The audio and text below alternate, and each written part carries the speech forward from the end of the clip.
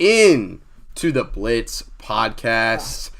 As always, or not as always, because we do have only 2 people on today, but I mean, it's the OG crew, bro. I love when we do this shit because, you know, it's throwing it back to when I was like in some like secluded room in my freshman dorm that made super echoey sounds during the whole first season.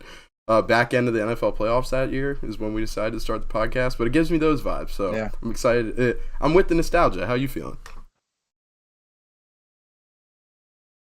Yeah, we were still talking about basketball then, so we've really centered down. I'm still in the same room, so next year though we will be in a new fancy room, big podcast studio, you know, soundproof, whole nine. Yeah, you know, I'm just gonna buy a studio, and that'll be my living quarters. Fuck yeah. And I'll sleep in the booth. Let me turn this down. I wonder when we'll get our I mean, obviously we need some monetization. Please donate. Please make a donation. Please make an investment in the Blitz podcast. A lot of you know us personally, so you probably have our Venmos. Who wants to get in on the ground floor? Who wants to get in on the ground floor here? A free T-shirt when we start to make T-shirts. A small, just a small investment of $10,000, and you could really be a core investor in this thing. Whether or not that investment turns out is not our responsibility. Yeah, well, but that's an investment, right? You win some, you lose some. Regardless, you should put your money in our hands. But when Tyler gets his little bando in Annapolis, then me and him, and maybe sometimes Mitchell will be able to create some in-person live content. Dude, that'll suck so much too. Because depending on when he gets there, I think he said December or something, and then I can just go there from when I leave school. But like when I'm at College Park, that's still a little bit of a drive, and I'll be living on campus then, so it won't be like I'm driving every day. Yeah, bet you guys wanted to hear about this. I mean, that makes me so sad though. Start the show here. I mean, hey, we're kind of alluding to what's coming for the Blitz. You know, everybody wants to hear that kind of shit. But yeah, I'm bummed because I'll still be in Kentucky, so all the 3 other Blitz Pod members will be doing a live show from somewhere, and then I'll be running it from another state, like 1,000 miles away.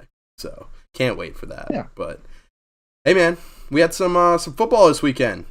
It was pretty fucking good. Honestly, there was a lot of stinkers on the slate, but it was a pretty exciting week. So to start off, let's dive into it. We're going to go over our week 2 picks and kind of recap what our records are looking like for this week and overall on the year so far. This is a segment that we started last week. It just kind of makes it easier to run through all the games. So without further ado, let's read them off. So Chargers, Chiefs. Mitch is the only one that picked the Chargers. Dolphins, Ravens. Me and Mitch ended up going the Dolphins, and you guys, Jaden and Tyler, end up going the Ravens. Me, you, and Mitch went the Browns, while Tyler was the only one that won with the Jets. I was the only one that went Commanders against the Lions, so I lost that one. We all picked the Colts against the Jags, and the Jags won. I can't wait to talk about that one. Bucks and Saints. You were the only one that picked the Bucks. Congrats. And the rest of us picked the Saints. Me, you, and Tyler picked the Panthers, while Mitch picked the winning Giants. Same case with the Steelers-Pats game. 49ers, we all picked the 49ers to beat the Seahawks, and they did so handedly under old quarterback Jimmy G. The Rams narrowly escape the Falcons at home, but we all had that. We all had the Bengals, and they lost to the boys. Jacob says, go Ravens, as always. Appreciate you, man. The Broncos narrowly escape Houston as well, but we all had the Broncos. Cardinals beat the Raiders at the Raiders. We all had the Raiders, so we all lost that one. Packers beat the Bears at Lambeau on Sunday Night Football. We all had that. Bills beat the Titans pretty handedly. pretty handedly. But yeah, we all had the Bills in that one. And then Mitch was the only one to take the Eagles instead of the Vikings. So he was the only one that walked away with that pick. So to recap, on the week, Jaden, you went 8 for 16. I went 7 for 16. Mitch went 11 for 16. And Tyler went 8 for 16. So, no, Mitch went 10 for 16. My apologies. So, on the year, That makes you 16 and 32, so 50%. 14 for 32 for yours truly, which really sucks. Mitchell off to a hot start, if you want to call it that, 20 for 32.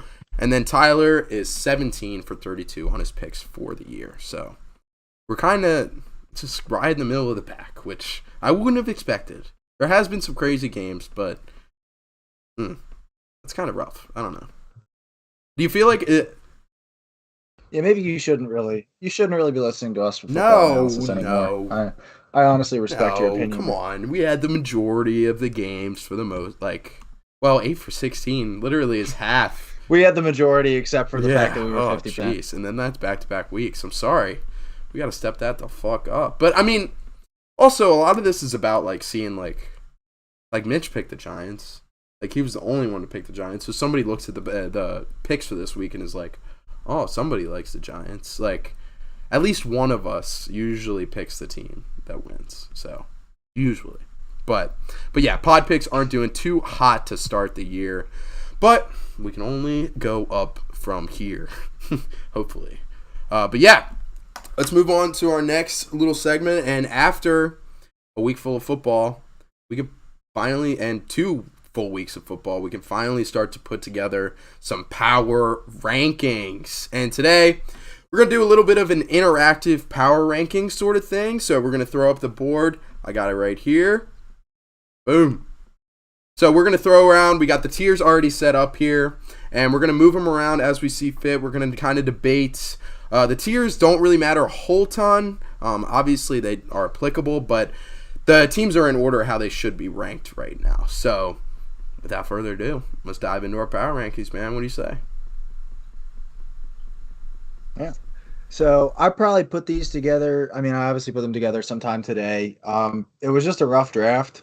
I sent them to the group chat. We discussed it a little bit, and then I did a little bit after having some driving home thoughts on some of these teams. But yeah, I think we could just start. And if anybody's got any, I mean, obviously that Jacob would like to have the Ravens at 1. We'll hear you out. Not really. But not really. You can say go Ravens all you want, and I 100% support it, but it's not going to sway. But yeah. Okay, so this is essentially my ranks. What are your discrepancies with what? Okay, so we were talking about it in the chat earlier. I don't think that the Rams can be in that number 1 tier after narrowly escaping Atlanta at home and losing in week 1, coming off Super Bowl dub, and looking the most Super Bowl hungover that I've seen a Super Bowl winning team in a while. And they got their asses kicked in week 1, and then they go out to at home against Atlanta, and they barely win with the Jalen Ramsey pick.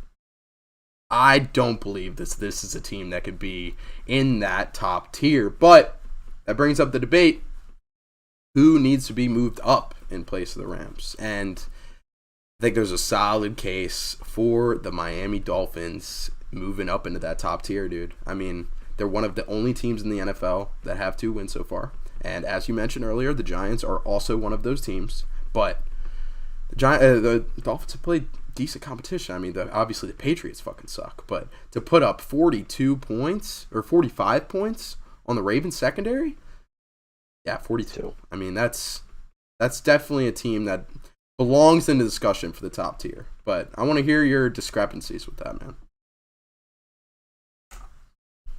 Yeah, so my thing with the Rams, and more so with the Dolphins, is the Rams, while they didn't look good, I want to move them down. I do. But the problem is none of the teams below them, I feel confident enough to say the Rams need to, be below these teams. Like Miami, I think looked good, but you're 2 busted coverages away from getting blown out, for better or worse.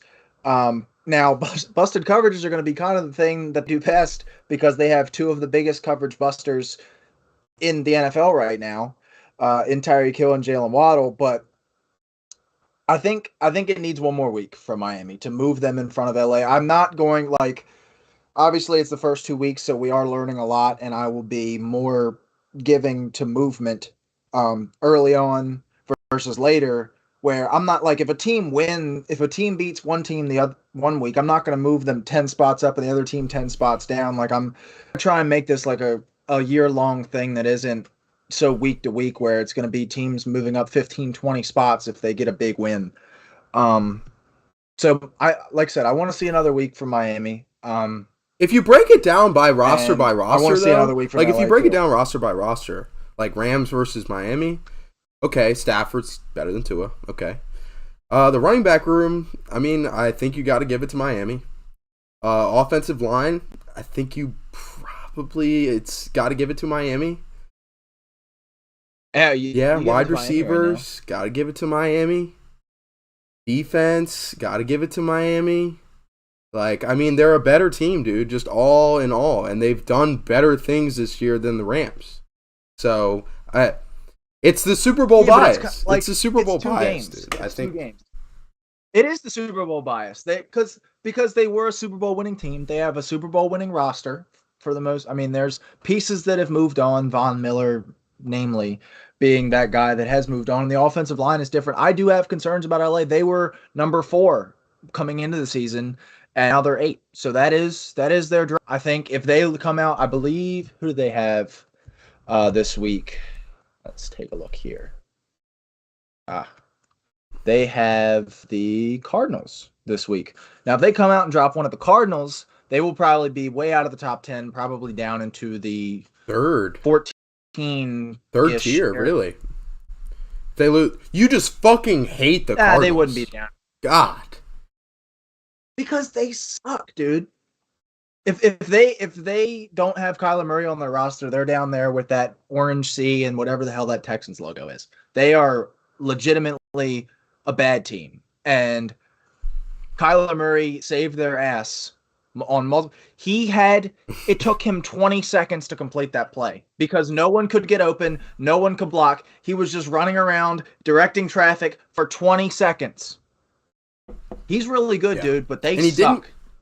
And he's the reason why they're in that second. He didn't even have those rushing play. He ran for 50 yards and 2 tuds, but through the air, I mean, he didn't really turn it on until for fourth quarter.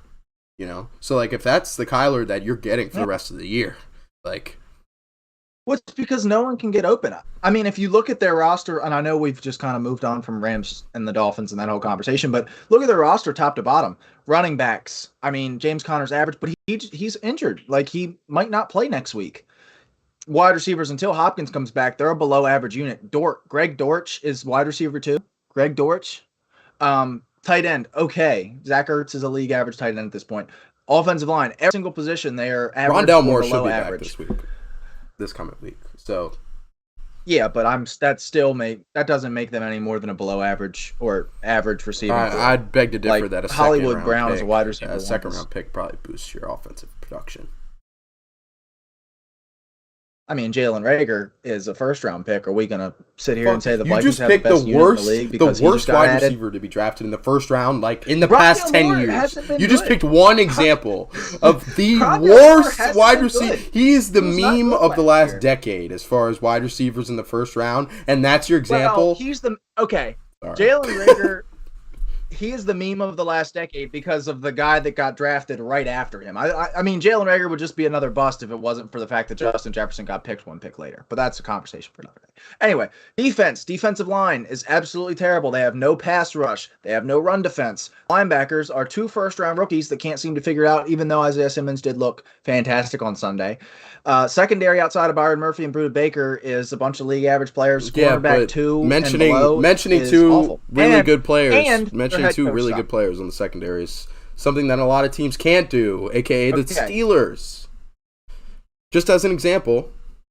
All right, we have one really good player, and we will have TJ Watt on the 6 secondary, weeks. but continue. Well, he probably could if you really want to. But they also have Cliff Kingsbury, who is an ass clown. An ass clown that led them to 10 games. First team to 10 wins last year. No. He did not lead them to 10 wins. Kyler Murray led them to 10 wins. He was the reason why they didn't win more than 11 games. Kyler, he is the problem. You can see how pissed Cliff is at Kyler at times, dude. I don't know why. It's Cliff's fault. Cliff draws the damn play. Did you watch the Chiefs game? It was literally streaks and curls or flat routes the entire game, and they're like, "Why is this not working?" That's it. You got to give the ball to James Conner more. You paid the man.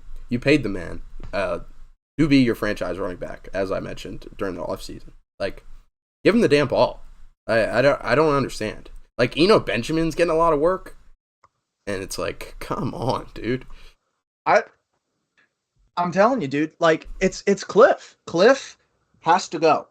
He has to go. And Steve, I don't know what the owner or whoever makes that decision saw from what Steve Keim drafted over the past few years and what Cliff Kingsbury has coached up through the past few years to say they both deserve a multi-year extension. If anything, both of them should have been on the hot seat coming into the season. Like, okay, we've given you the pieces. I mean, Steve Keim can't draft to save his life, but he's made enough trades to keep this roster afloat.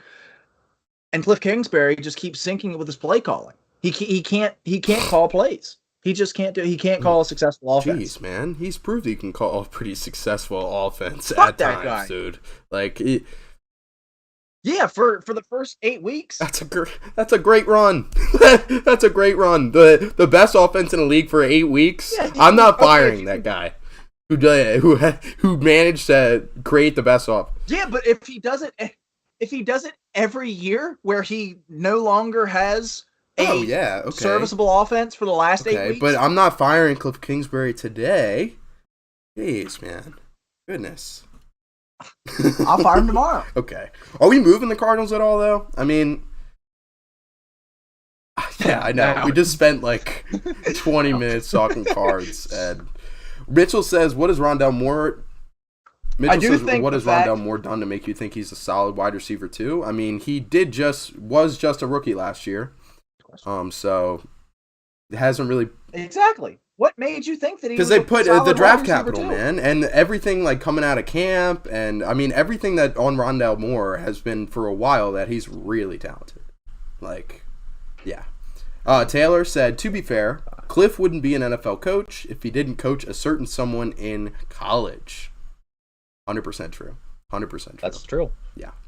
I mean, but fair enough. Like, if you create Patrick Mahomes, I mean, that guy should definitely get a head coaching gig for sure. Taylor also said, and we could dive in. Before we dive into Taylor's comment, I might. 14. 15. What do you think about moving the Lions ahead of the Cardinals, dude? 16. How about I don't know. How about man. the Jags? Offense, How about putting the Jags bumping the Browns and the Lions and the Cardinals? I like it. Well, I'll let it marinate. I think we'll let that. That is an interesting. I'll thought. move it right now just to see how it looks, and then I think it needs some marination for sure. And then we'll. Yeah, I could. I'm still putting the Cardinals in front of the Lions. I think. Just because, I mean.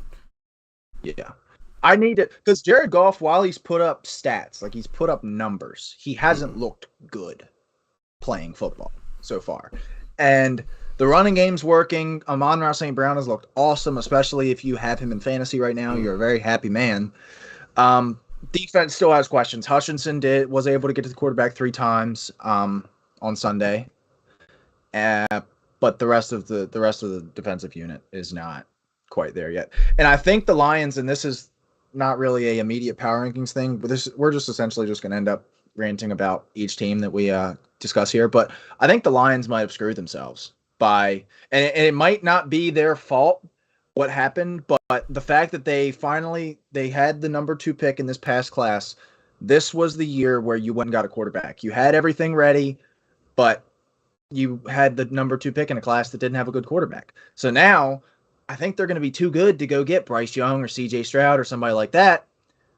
And they're going to be stuck with Jared Goff again, unless they find themselves in a scenario like Denver or like Cleveland where a quarterback becomes available, dude.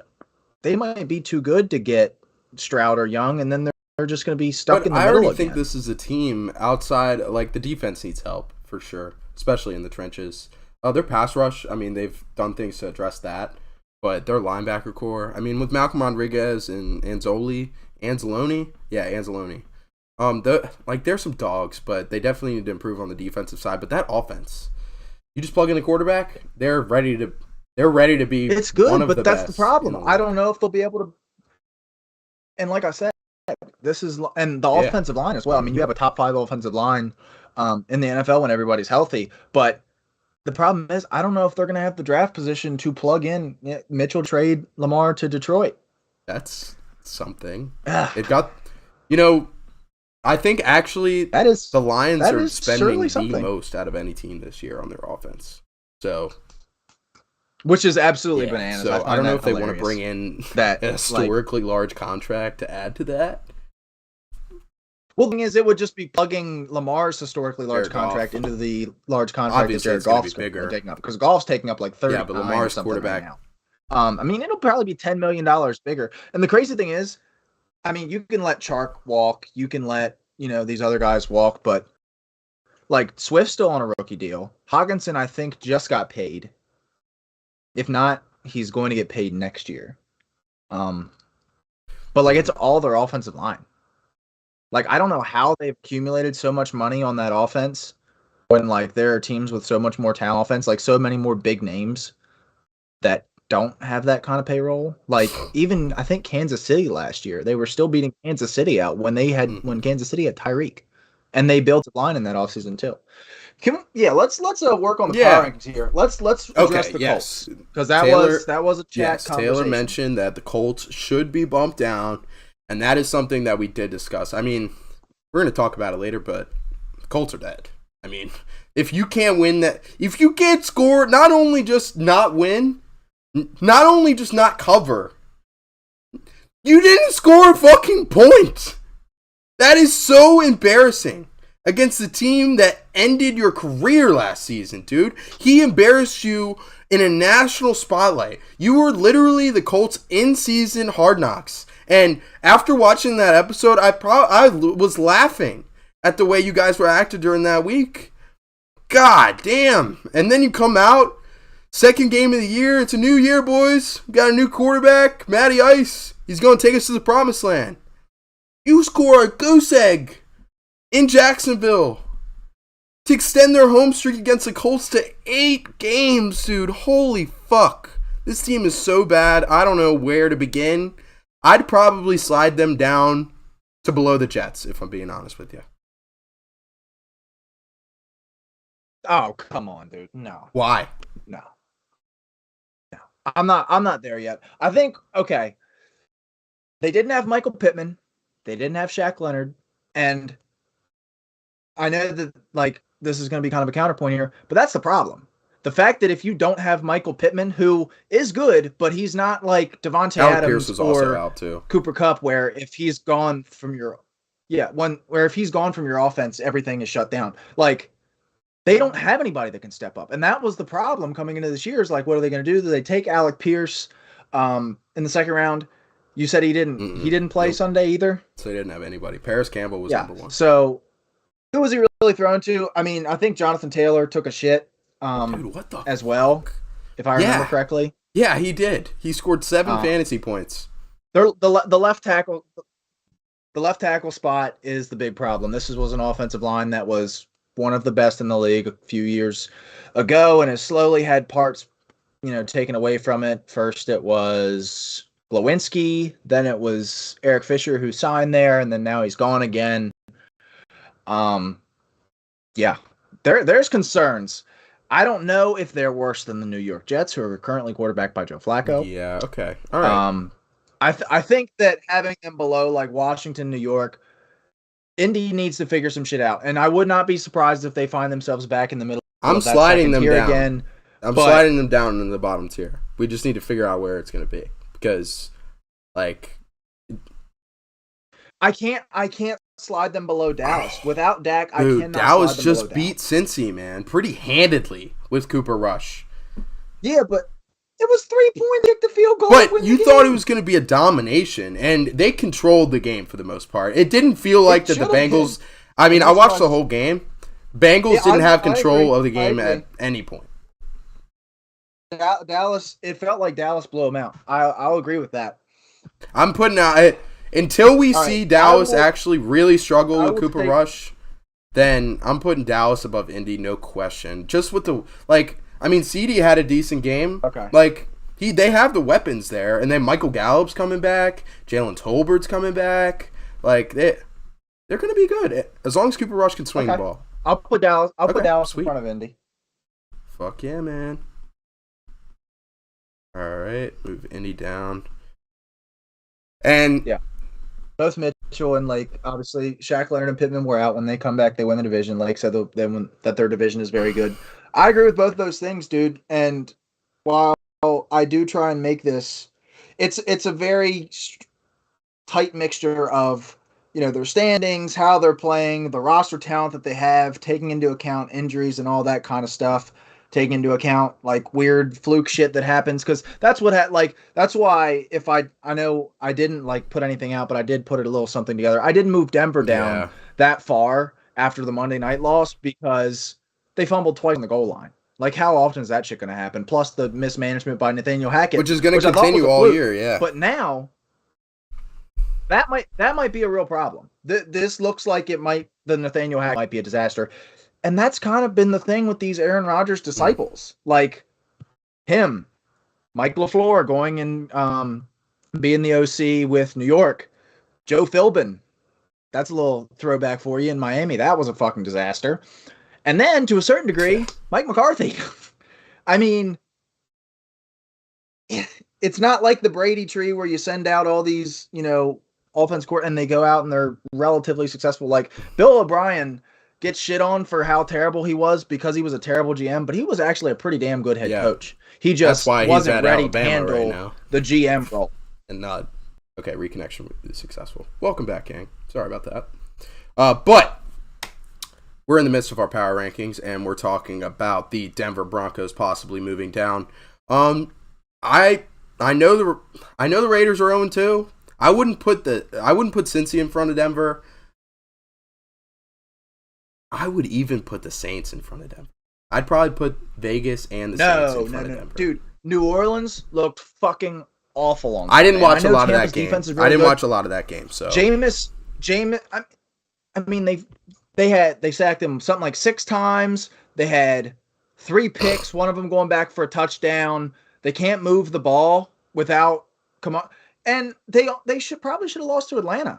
If Atlanta didn't take the foot off the gas, they should probably be 0-2 right now to an Atlanta team and then Tampa Bay. Dude, I'm not ready with New Orleans, and I know you were high on them coming on into the season. Yeah.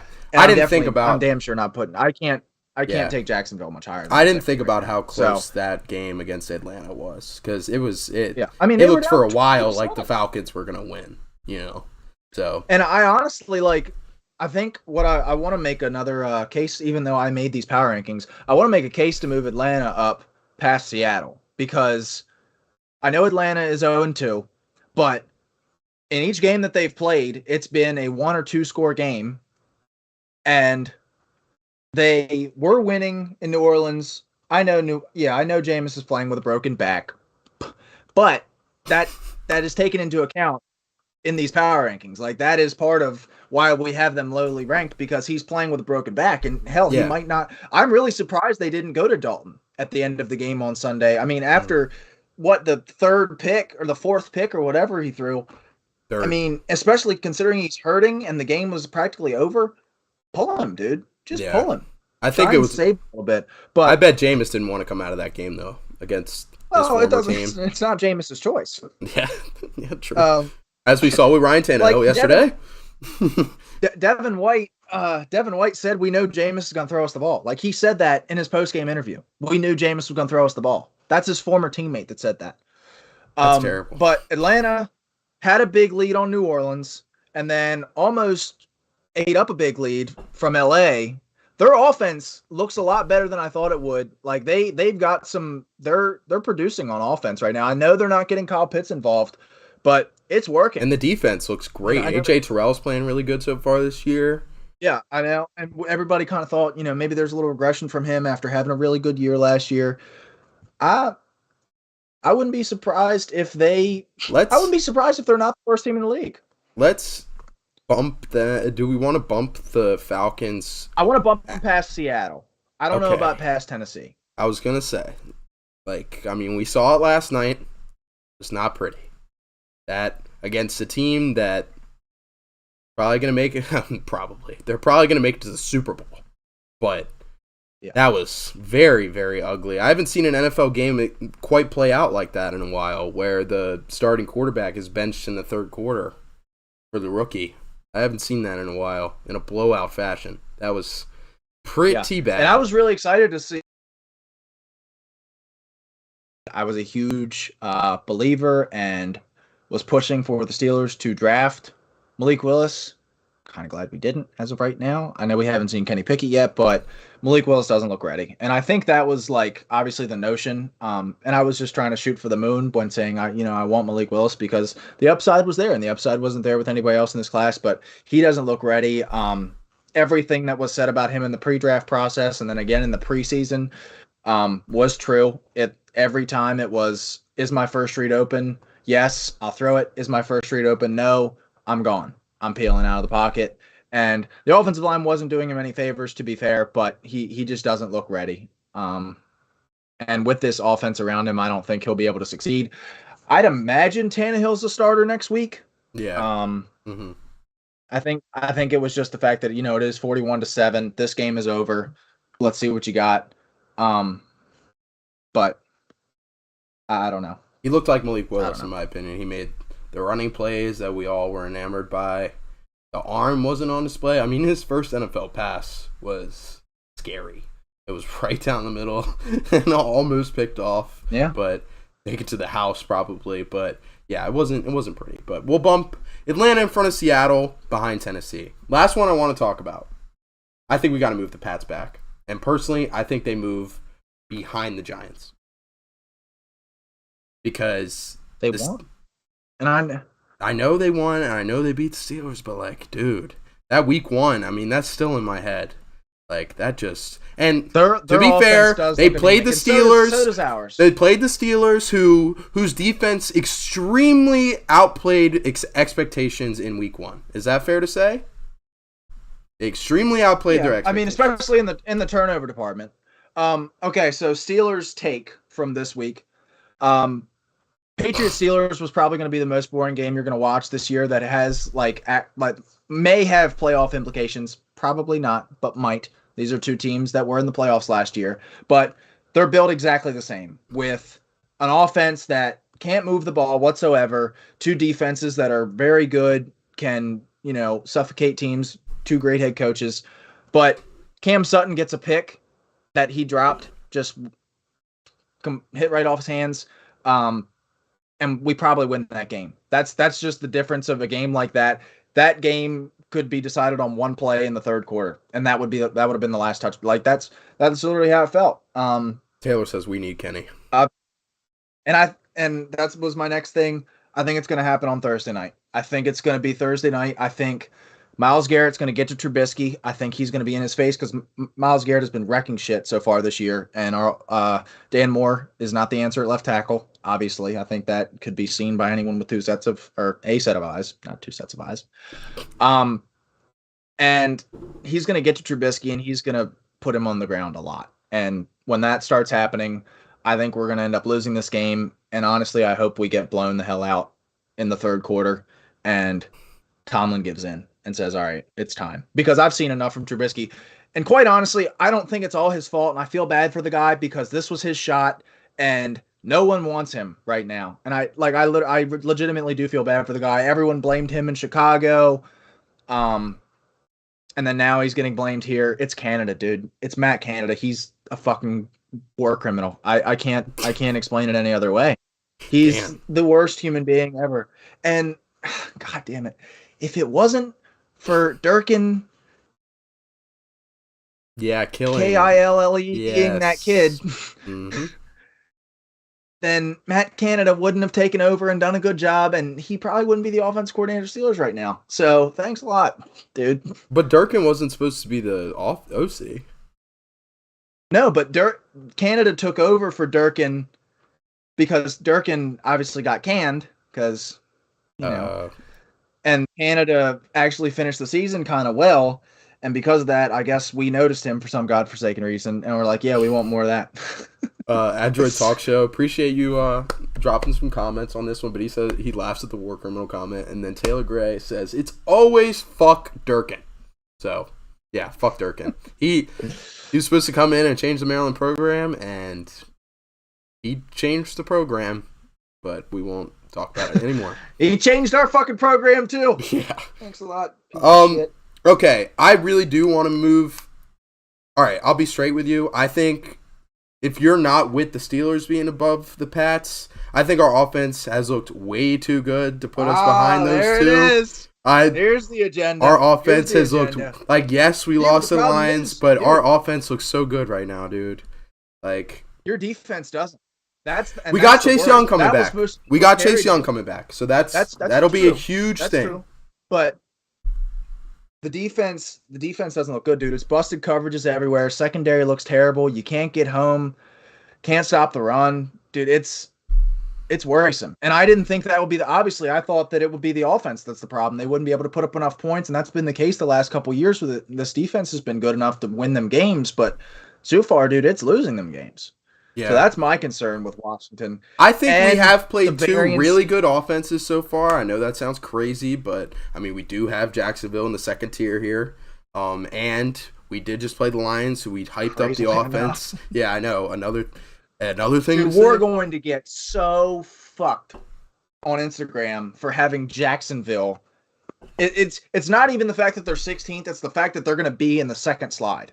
And Arizona and Detroit and Cleveland and Pittsburgh are all in the third slide. And Jacksonville, who was just picking number 1 overall, essentially 2 games ago, they were picking number 1 overall. It's what's happening. It's what's happening in the NFL right now, dude. They're probably going to win the division. Like, I hate to say, Taylor, I know you said that once the Colts get their guys back that they're probably going to win the division. I think the Jags are a good team in the first place. And the Colts coming into this year, they just have so many old pieces of shit. I don't know, dude. I'm really not feeling it. But Taylor says Giants need to be above Washington. Giants need to be above Washington. And Lake said the same thing. Uh-oh. I mean, dude, we did say we were going to make this about the chat. If the chat wants to move it up. Okay, now Lake's sounding like a homer. Yeah. Now he's getting homerish. We can't have homerish comments. We can't have the Cardinals in tier 2. But okay, all right. So as if we didn't start the show with him in tier 2. I'll put the Giants in front of the Commanders. Can we put okay, this is my proposal. Jesus Christ. Oh, I can't believe this is happening. We have Jacksonville in tier 2 and the Giants at 20. Dude, the Giants are 2-0. Oh, I know. Okay. And guess what, dude? One thing I will say about New York, dude, absolutely nailed the Brian Dable hire. Oh. Brian Dable looks like he has come in and fixed. Are we calling it? No, dude, I am. I'm ready. Wow, okay. All right. Dable, dude, I think they hit it right on the money with Brian Dable. I think that's Arizona should have fired Kingsbury and hired Dable. Cincinnati, I know that they went to the Super Bowl. They should have fired Zach Taylor and hired Dable. Wink too. Yeah, Taylor says Wink. I mean, Wink has had a huge. Yeah, and Wink as well has he was really made to be the scapegoat in Baltimore when he was not the problem at Baltimore. Wink was not the problem there on the defensive side. As we saw. I'm excited for what the problem is. Daniel Jones has actually sucked so far. That's the thing that held me from keeping them higher was that Daniel Jones has not been very good to start this season. Okay, I will. All right, I'm going to be homerish. Bump the Steelers in front of the Patriots. I know the Patriots did beat us, but at no point this season will TJ Watt be rejoining the Patriots. There is no help coming for New England. This is what they've got. I won't argue with you at all. I 100% agree. It just sounded like you personally did not want the Steelers sitting at the spot. To protect us from backlash, because while I'm out, we're back now. Okay, sweet. Sorry about that, guys. Okay, go ahead. We just moved the Steelers in front of the Pats. To recap, go ahead. Yeah, while I do say that this is it's not exactly, a week to week thing where if a team wins, they're going to move up, blah, blah, blah, blah, blah. People on Instagram don't know that. So when they see the Steelers in front of New England after New England just beat the Steelers, like by one spot, you would think, oh, well, that one win should be enough to swap them. But I still have more faith in the Steelers than the Patriots this year. I think Pittsburgh's a better team. I mean, I said it 2 weeks ago. I think the Patriots can win 5 games this year. They beat us. We're not a good team. I just want to get that out of the way. I know it's Belichick, but Belichick's had losing seasons. Tomlin has not ever. So yeah, I'm with that. All right, are we happy with this? Taylor says Washington over Pittsburgh.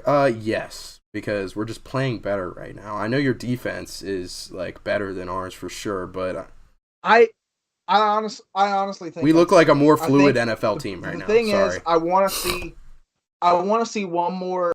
I want to see one more week of Washington. One more week of Wentz, who's obviously leading the league in passing touchdowns right now. Wentz is second in passing yards, and he does also lead the league in interceptions.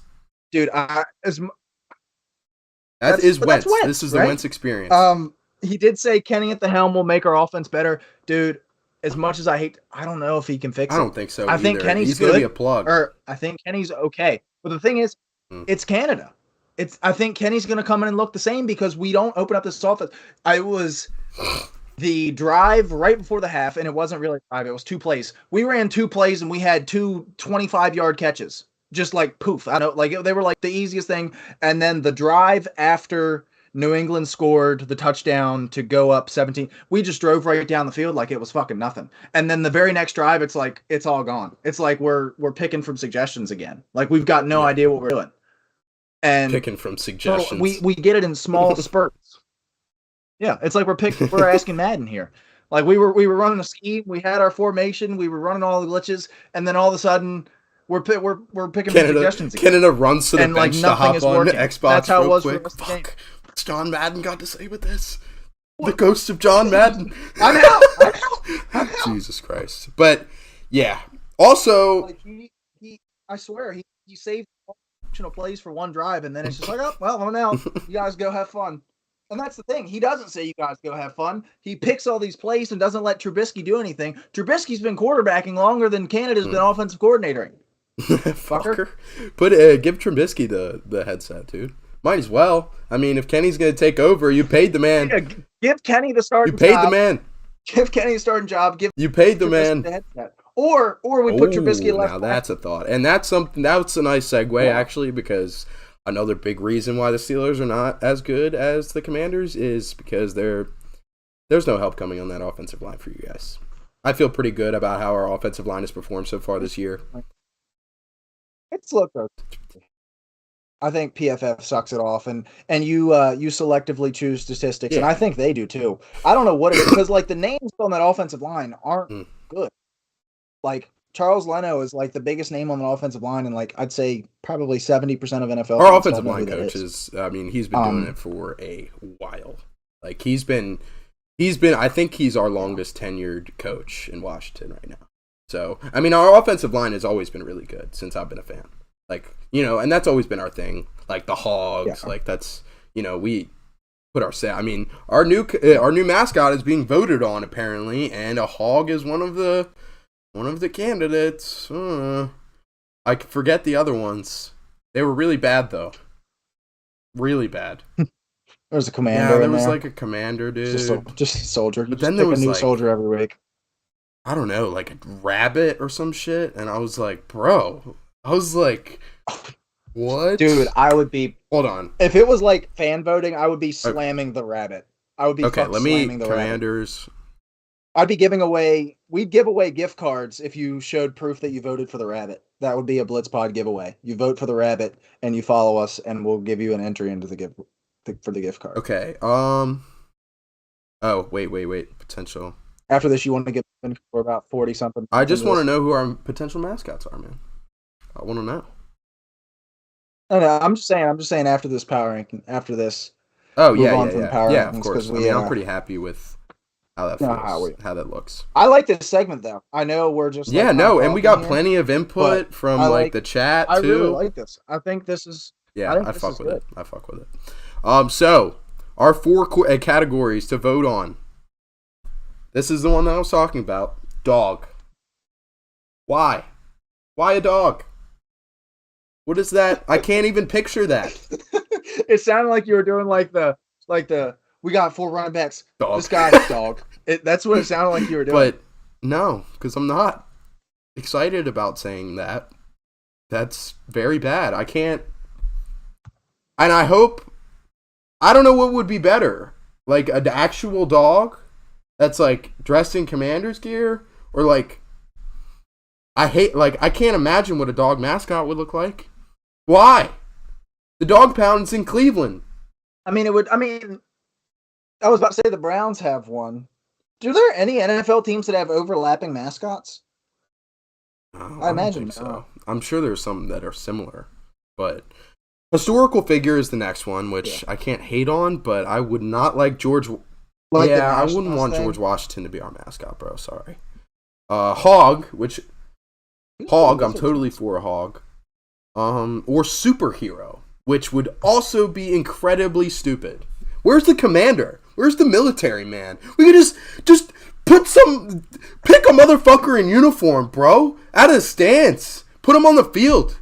I was about to say head on up to Annapolis. Yeah, somebody from the Navy. Fucking hell, not pay him a dime. Get him to come out to a free Commanders game. Hopefully, avoid any sewage spills and have a great time, dude. Like, fuck, let's do that instead of keep him out of the keep the mascot out of the sewage section. Like superhero, like what is that? It's Robert Downey Jr. Oh my god, that honestly that would redeem the franchise in the red and gold. In the red and gold. Oh my god, dude, with a fucking W on the fucking helmet on the mask, and then just to ruin the whole thing, Dan Snyder buys Marvel. And no, Dan Snyder jumps out of the suit. He in Homecoming when like he's like, you're not even here right now. He's wearing the Tony Stark glasses. He's wearing the Tony Stark he's glasses. like, I'm not even here right now. I'm like, he's like on his boat, is on his yacht called the Lady with the Sunglasses. Oh, dude, all right, that's enough. But all right, yeah, next slide. This is the final last power ranking. We'll have it up tomorrow at some point. Please go like, comment, and air all grievances that were ignored and denied in this episode today. Smart. All right, Taylor says, they have a team dog now, anyways. Mando. There you go. So it is a real. Is that? Dude, what if you guys have like a dog mascot? It just carries it around. He came out for the coin toss week 1 against Jacksonville. Good Christ. Why?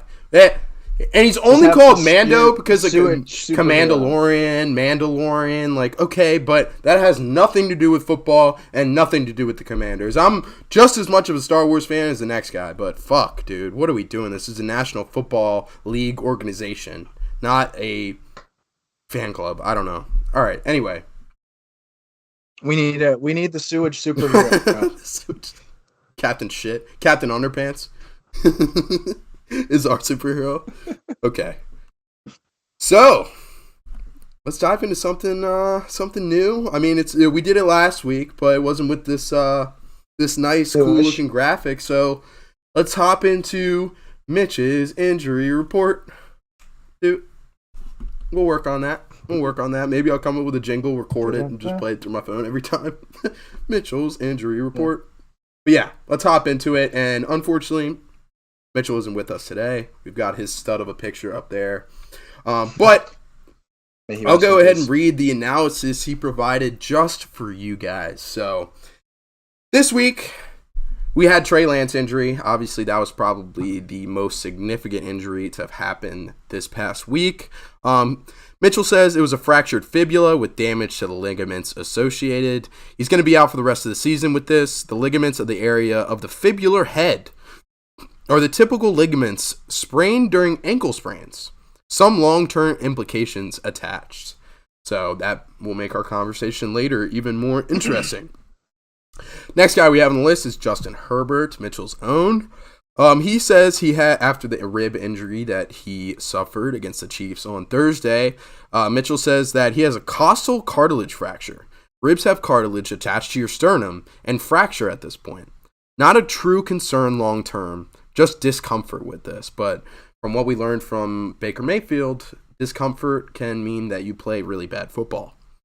As long as doctors can numb the area without puncturing a lung, he will be able to play through. That's also a big thing because Chargers. Dude, stop reading it like an infomercial. Hey, man. just say it. Say it like it's your information. It's not. I'm being Mitch's. This is Minge's injury report, man. I want to do him justice. All right. Jerry Jeudy is the next one we got. And he says it looked like a broken collarbone initially, but Hackett was quoted saying it's a rib issue on Monday. Could mean an SC joint issue where collarbone meets the sternum. Team suspected to do x-rays and CT scans to further assess damage. So, got to wait and see on Jeudy. Next guy we got is James Conner. Mitchell says that Cliff quoted Conner as day-to-day with his ankle issue after he left the game on Sunday.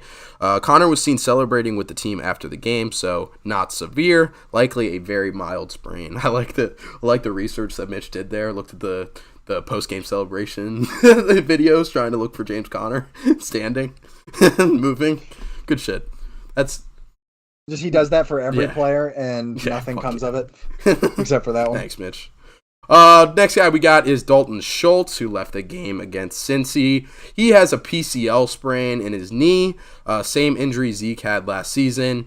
Some missed games are likely to recover without his starting quarterback. Could linger like Zeke's issue if he plays through. So keep an eye out for Blake Jarwin's not even there anymore. I don't even know who the next tight end over there is, but didn't do too well with Cooper Rush anyway. It doesn't seem like he likes tight ends, but all right. As we go down the list, we run into Damian Harris. Harris personally quoted as not worrying himself after he limped off the field Sunday with a knee injury. Maybe a minor sprain, probably fine for next week, but keep an eye on the practice statuses. Next guy we got is Hunter Renfrow. He has, oh my God, Jesus Christ. He has a rare medical condition called butterfingers. Symptoms include fumbling balls in key moments of games. No current cures for this. Oh, thanks, Mitch. Appreciate you, man. That was awesome. But in reality, he says. I thought it was going to be something to do with baldness. That would have been coming straight for the head. But, I was about to say. The car salesman, he doesn't need to be attacked anymore. It might be too far.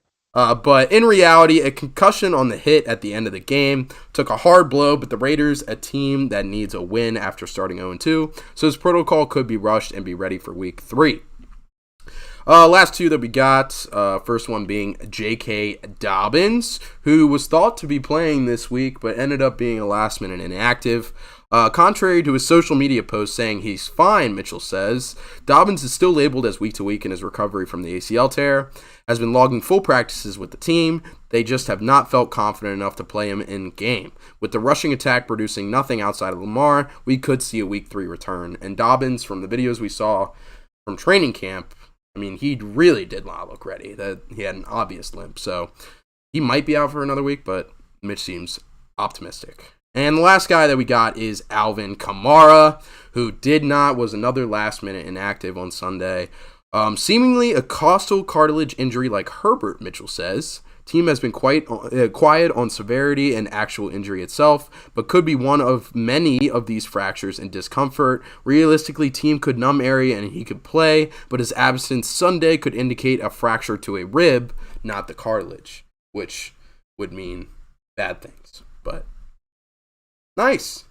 Mitchell's injury report. Report. Nice. Love it. All right. So, now we've got Studs and Duds, which is another segment that you're just going to hear my voice rattle on for another 2 minutes.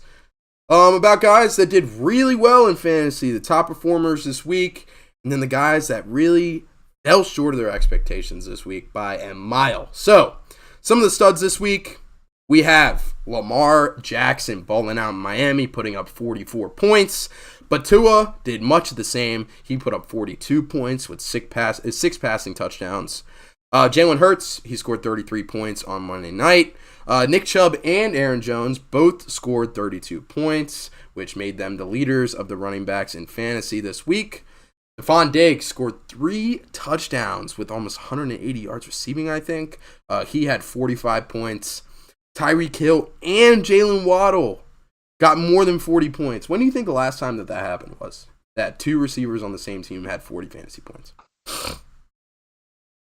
I don't know. Let's you keep Sweet. talking. I'll do some research. But yeah, Tyreek Hill and Jalen Waddle.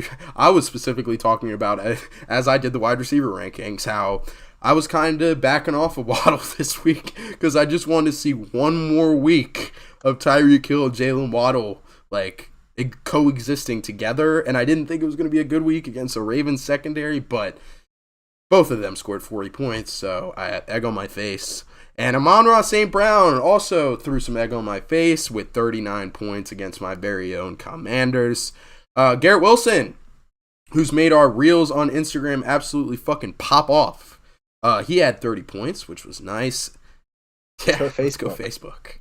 And then Mark Andrews was another top performer this week at the tight end position with 26 points.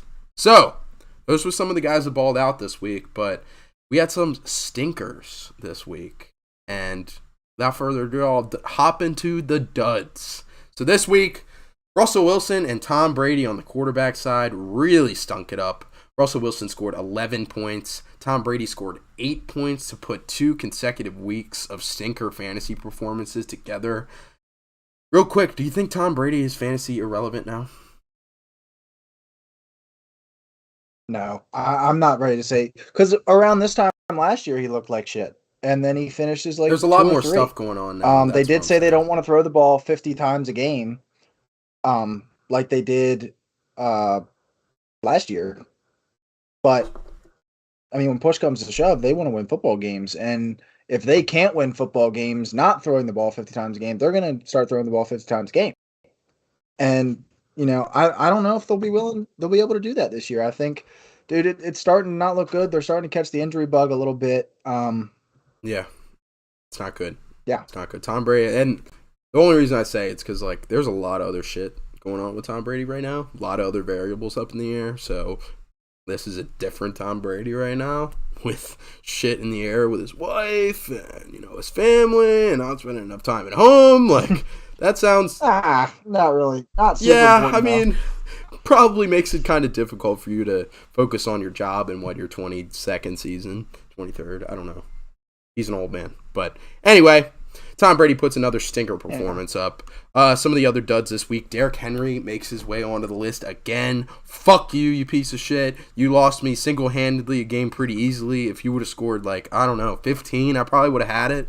But, phew, you suck. I don't know, man. Derrick Henry, not this year. Definitely not feeding on that draft where you drafted him. He had 9 points this week. Another big name running backs really shit the bed this week. Jonathan Taylor put up 7 points against Jacksonville. You would have thought Frank Reich learned his lesson, but he didn't.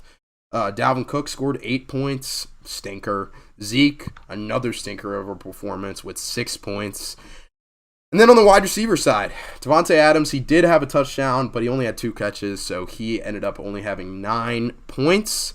J. Jeff, who was my number 1 wide receiver on the week because he was playing the team that passed him up on the draft. He had the best performance by far in week 1, but he gets locked up by Darius Slay all game, so he finishes with 11 points.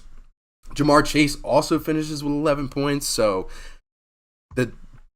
honestly, the top 3 receivers in fantasy heading into the year had outside of Cooper Kupp, had absolutely stinker of a week. But to round out the list, Juju had 4 points on Thursday Night Football, which kind of scares you if you invested in Juju as being the number 1 wide receiver for the Chiefs' offense this year. And Kyle Pitts puts up 4 points.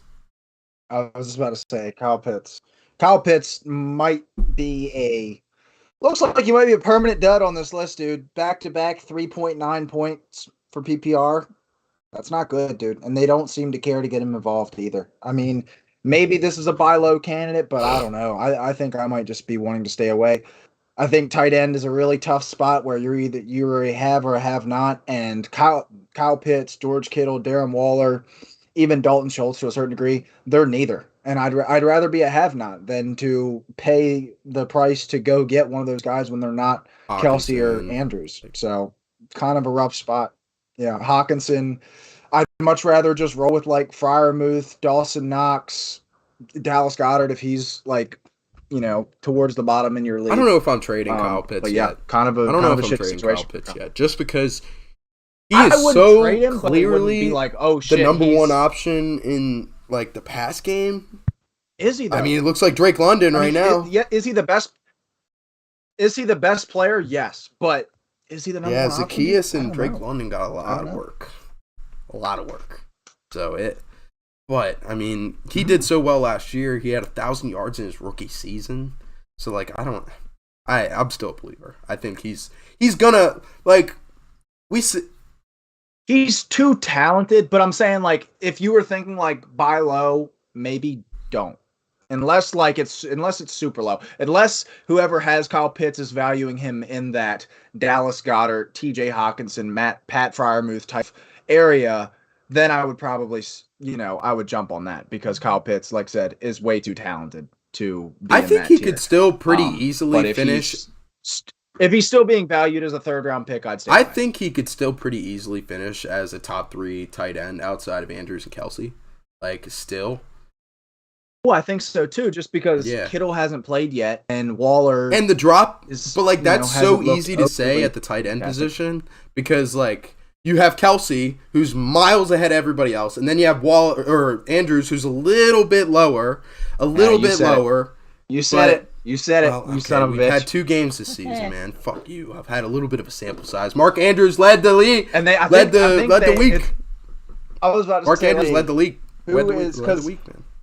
Kelsey had like 25 in his first week. 20, Andrews had like 10, and then Kelsey 26. had 10 this week, and Andrews had like 25. So 18.1, and then Andrews had, or this is average. He averaged 18.1. Andrews is averaging 17.9. Same shit. So 0.15 points. But you've got those two guys who are going to finish way above all the rest of the tight ends. And then all the other tight ends are going to be within like 50 yards of each other, like on receive.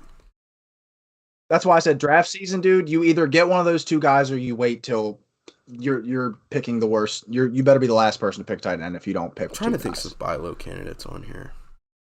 I mean, sell high is like I would say I'd be ready to buy low on Derrick Henry because I think people are getting scared. Because like everything that was coming in, even last year, I think that builds on it. Like all the preseason stuff from last year, they're like, oh, he's getting old, and then he comes out and he does great, but then he breaks his foot, and now everybody's worried about the injury. And now we're 2 games where one he doesn't score, he gets 50 yards, and this game he does score, but he only gets like 25 yards. I do think that this isn't the end. Like we will see some games, and I mean, people that are valuing him like outside the top 20, like, come on. You got to start buying that. I think he's now officially moved out of the top 10 rest of season, at least in my mind, in my rankings. But I would still look to buy. Luckily, if you can, in the league that I do have Henry, I drafted Swift as well. So I feel pretty good about having Henry as RB2. That's why I was saying, like, if you drafted Henry, I hope you drafted Saquon.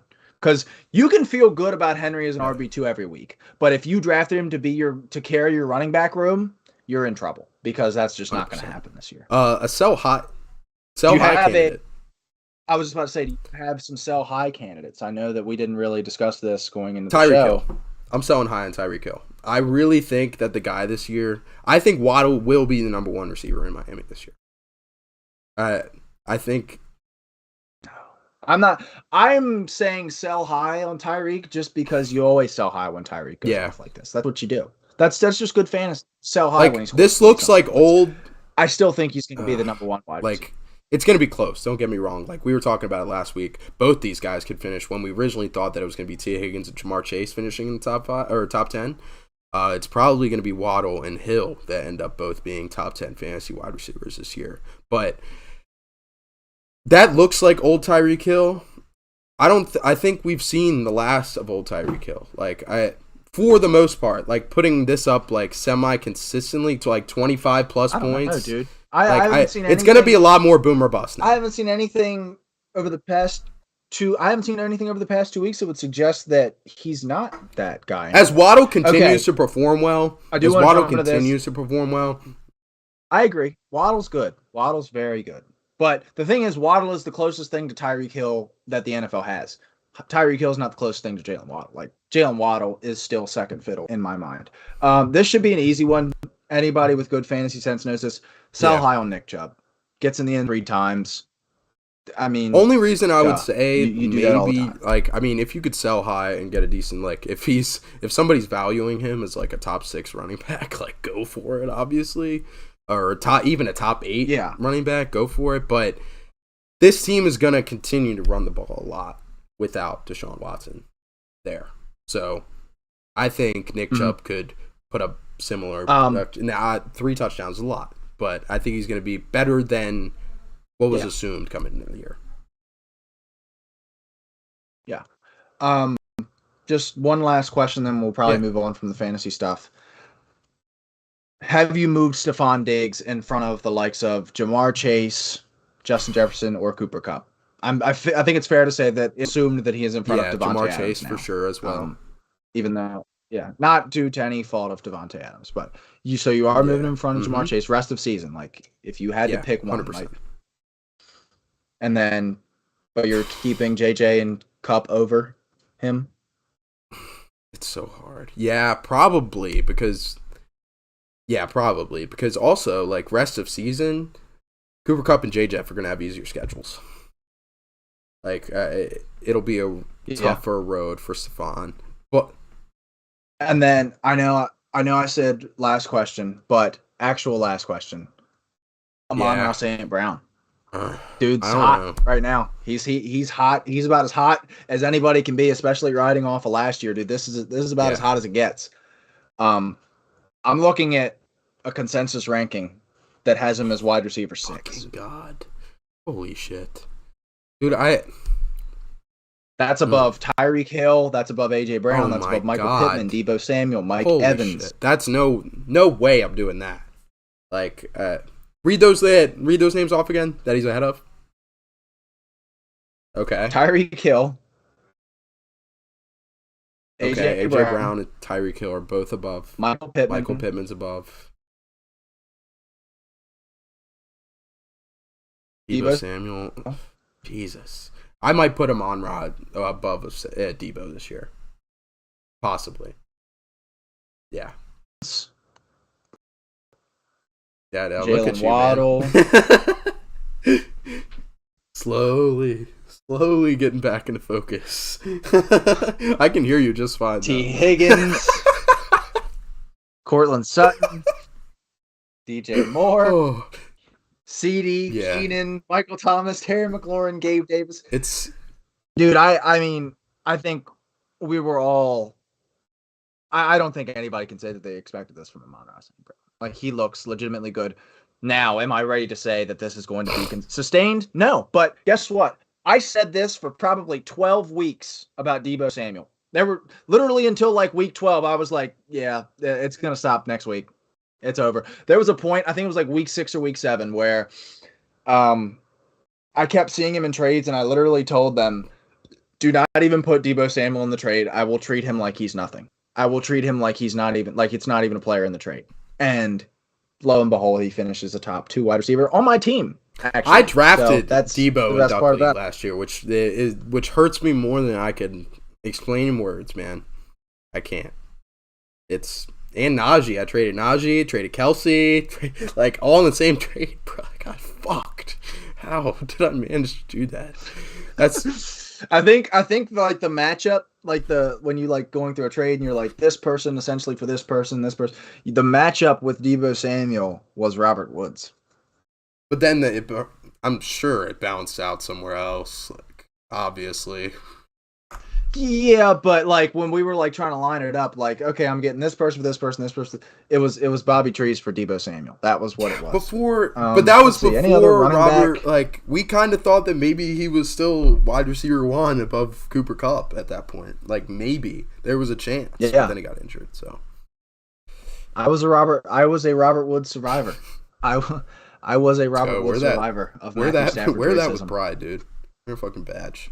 But yeah, that just about does it for the All fantasy. Right, let's keep it rolling for the fantasy. But I do have to take a restroom break real quick. So I'm gonna throw the "We'll be back" screen up for like 30 seconds. You and these restroom. No, dude. Let me okay. talk. All right, man. Dude, I'll lead you. What are we? Yeah. What are we talking about? Okay, I'll set you up. I won't even say shit. You can lead it off. All right. Ready? Boom. No, I need to know what we were gonna. I need to know what was next. Go for it. Okay. All right. Wow. All right. Now the pressure's on. I don't know why I signed myself up for this. Jesus. Should I just not talk? I could just not talk, and then I'll just like jump in as soon as he comes back. Tell a joke. Huh. I could tell a joke. I'm trying to get all my close friends to come check us out here.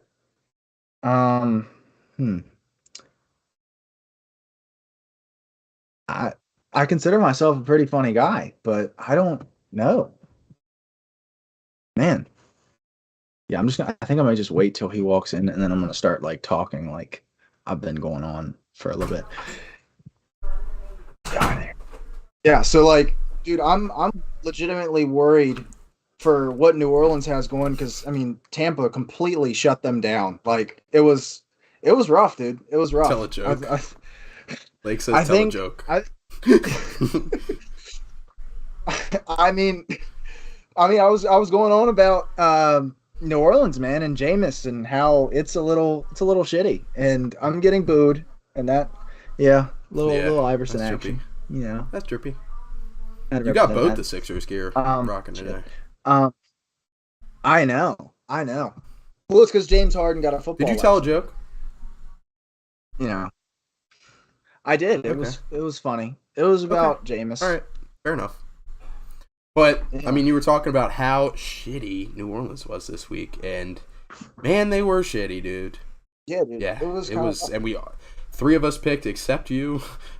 Everybody except Jaden picked the Saints to win this one because the Saints have been the bugaboo. And dude, we saw a Marshawn Lattimore Mike Evans fight, which was awesome. Love to see that. I mean, undoubtedly the best cornerback wide receiver matchup in football now. I mean, that was awesome when Lattimore started to get in Tom Brady's face, and then Arians. Did you see the video where like Arians like sends out Mike Evans kind of as like an attack dog? He's like, go get him, go get him. And he's like, that's fucking Tom Brady. Yeah, he's like, that's fucking Tom Brady. What do you want me to do? Like, that's exactly, I mean, that's the face of the NFL right there, dude. Like, what the fuck else do you want me to do? I totally agree with Mike Evans there. 100%. And Arians told him to do it, man. He came out flying out of a cannon, dude. Fucking boom. That was awesome. Love football. But Winston looked incredibly terrible in this game.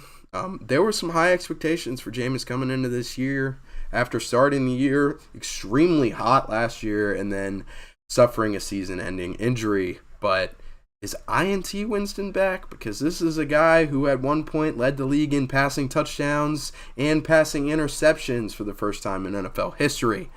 He went 25 for 40 in this one, 236 yards, and 3 INTs. He was sacked 6 times. Is the bad Jameis back? Is he just not the guy in New Orleans? I mean, it damn seems like that right now. Also, Aaron Judge just hit 60. Wow. Look, he's getting close, dude. I think Maris is 61, so he's getting there. I hope he's not. I don't know if he'll hit Bonds, but he's. I really hope he's not juicing too. But yeah, Tyler just said Judge hit 60. But yeah, the blitz and bases. Let's go. But yeah, dude.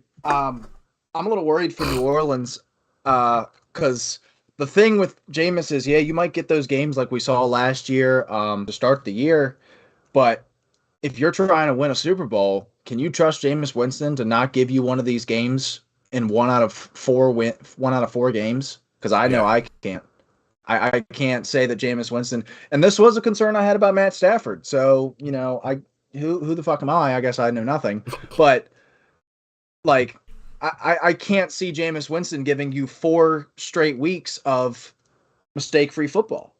I can't see it. So I don't trust him to go out and get wins consistently. And for that reason, I don't Are trust the we Saints to looking? do that, despite how good this defense and despite Are how we good these looking back on playmakers the are. Winston signing as a mistake now? I would say the thing Because is, what were the options? remember, Like, were you you were going to go so after? avid about you could have just gotten Jameis Winston.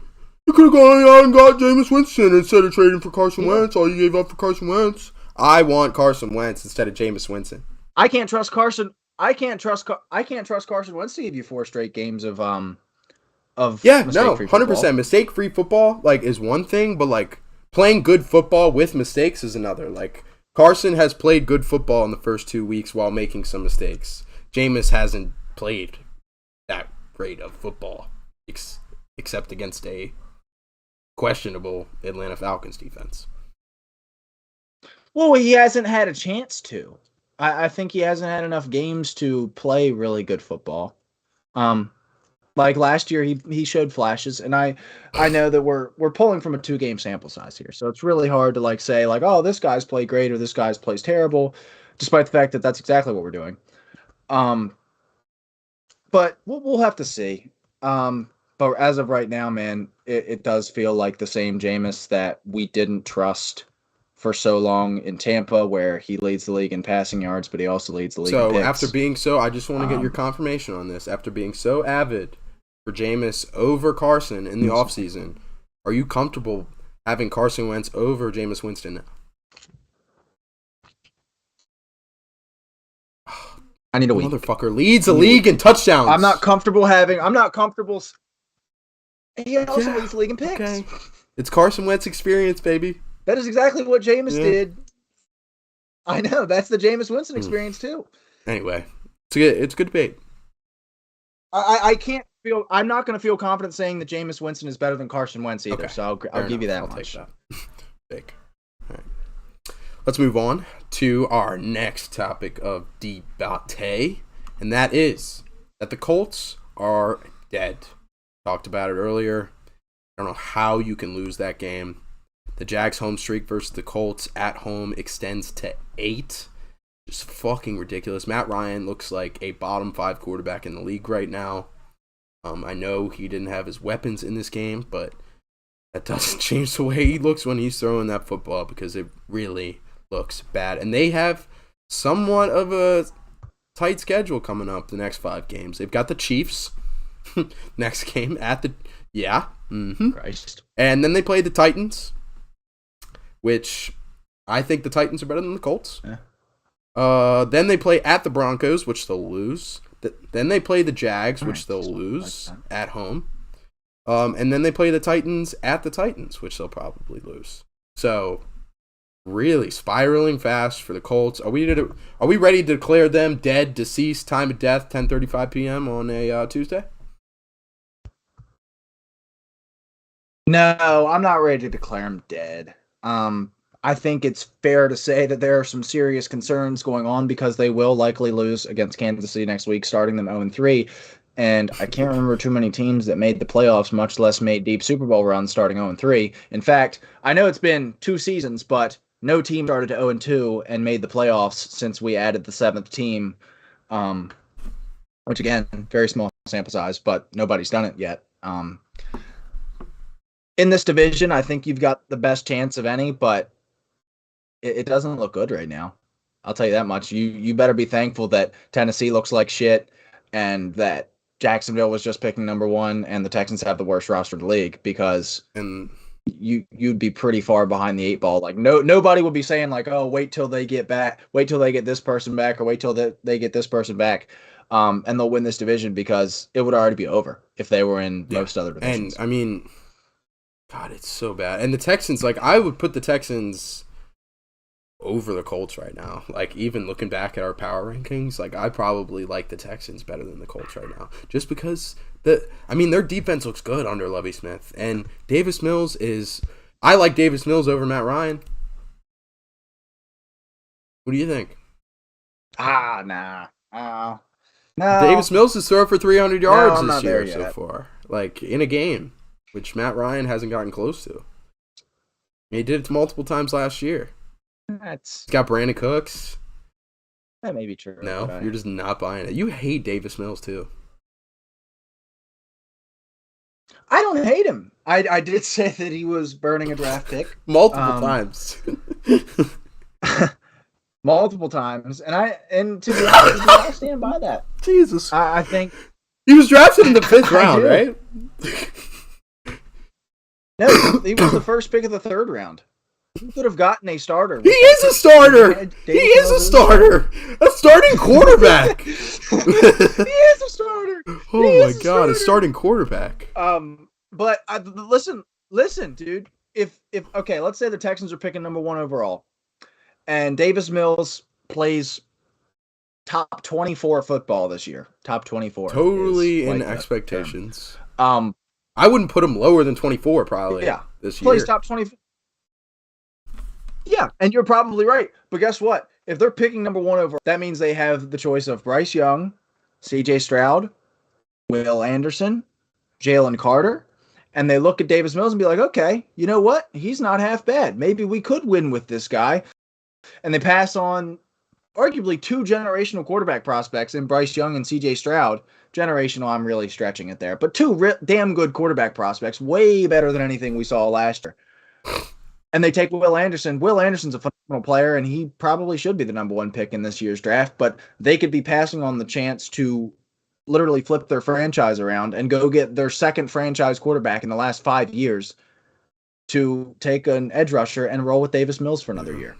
He just gives you an excuse to be average. If Lovie sucks this year, though, and we're not talking Texans. I think Lovie should be the coach for a couple years in Houston. If they suck this year, he's probably going to get fired, which I don't want to happen. I don't want that to happen. I want Lovie to stay. That's true. But yeah, it's tough shit in Indy. Granted, he is playing Rex Burkhead significant snaps over Dameon Pierce. Yeah, but that's neither here nor there. But yeah, the Colts still barely moving. Barely. Yeah. It's neither here nor there. All right, let's move on to... I'm ready for this, man. I'm ready. Boom! There's the guy. There's the guy who had one of the best quarterback performances in recent memory on Sunday, man. So, I will dive into it. You really played. No, go ahead. I said, and I'll say it again, if you didn't hear me correctly, one of the best quarterback performances of recent history in the NFL. And I say this because Tua went 36 for 50, 469 yards, 6 touchdowns, and only 2 picks. So, a lot of people last year were like, oh, Tua, he just dumps it off. He can't make a pass 5 yards beyond the line of scrimmage. Like, that was a lot of the debate from Tua last year. Which he couldn't last year, and I stand by that. His ADOT was 6 yards. Okay, all right. But obviously has turned it around a little bit this year because on throws farther than 20 yards downfield, he was 4 for 5, 155 yards, and 3 tuds. And that's passes that are at least 20 yards through the air. So you can make the argument that, okay, like he's going to, a lot of it was yards after catch because it is Jalen Waddle and it is Tyreek Hill. Sure, that's 100% the case. But he was throwing deep. 155 yards and 3 tuds throwing the deep ball. That's pretty good, and that makes up a decent amount. That makes up half the touchdown production right there. So that's impressive. And he's the first quarterback since Patrick Mahomes in 2018 to throw for 6 touchdowns in a game. So that's been 4 years since a quarterback has thrown 6 touchdowns in a game. He is one of 4 quarterbacks to throw for 6 touchdowns since 2015. So, one of 4 quarterbacks since 2015 to throw for 6 touchdowns. And then he is one of 6 quarterbacks to throw for 6 touchdowns and 450 yards since 1991. 31 years. There's only been 6 quarterbacks that have thrown for 6 touchdowns and 450 yards. And one of them is Tua Tagovailoa. And I started to get some hate in the chat yesterday, like, oh, passing yards don't correlate to good quarterback success. Okay. He's second in average QBR for the year, and I know it's been 2-game sample size, but you guys threw it at me, so I'm throwing it back at you. Second in average QBR for the year, and he's 4th highest in average passer rating for the year. So, give it to me, man. Was this not a prime time starting top 20 NFL quarterback in the league? I mean, obviously, this was a top 5 performance, top 3, top 2 performance, whatever you want to say. This was fucking awesome. But I'm ready. I think Tua is the franchise guy in Miami. And I can't say the same thing about Jalen Hurts in Philadelphia. Yeah, no. See, I feel like if you say it about one, you got to say it about the other. I think that Tua is just as much of a product of Mike McDaniel and his system as Tua is a product of himself and, being the quarterback that he is. I think you plug Jimmy Garoppolo in this Mike McDaniel offense, and you would see similar results as you did. Jimmy G couldn't throw downfield, man.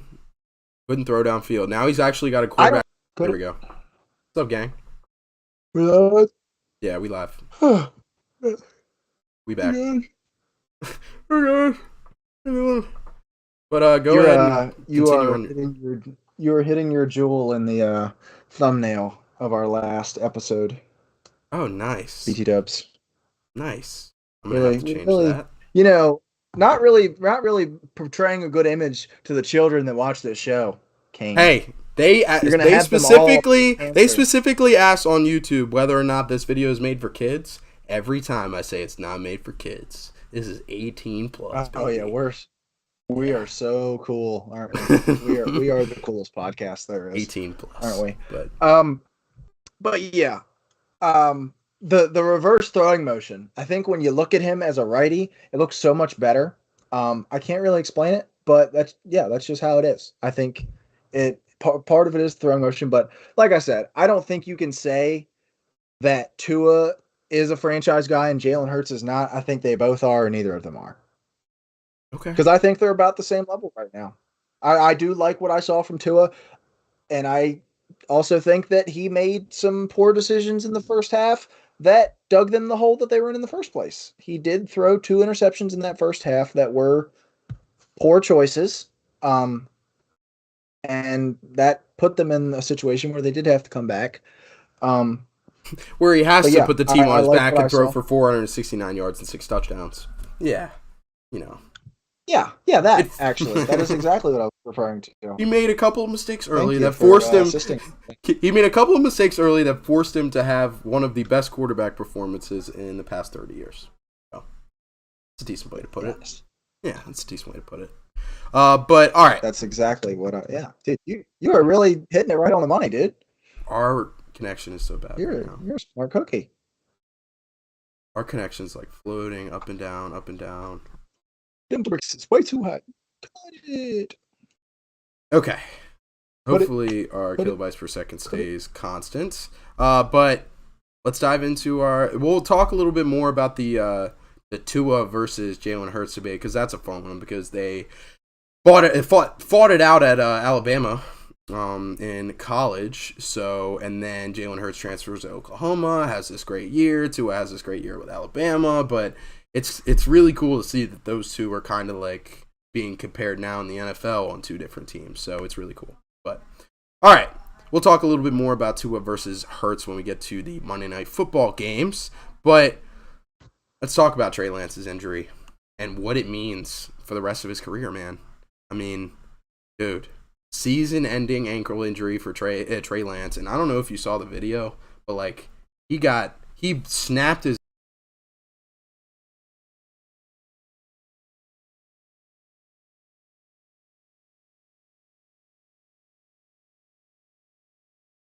All right, we back. Fuck, sorry about this, dudes. At least we've had one constant stream the whole way, because it just gives them that little blue thing when we're not streaming. We pop back on the stream right away, so I feel good.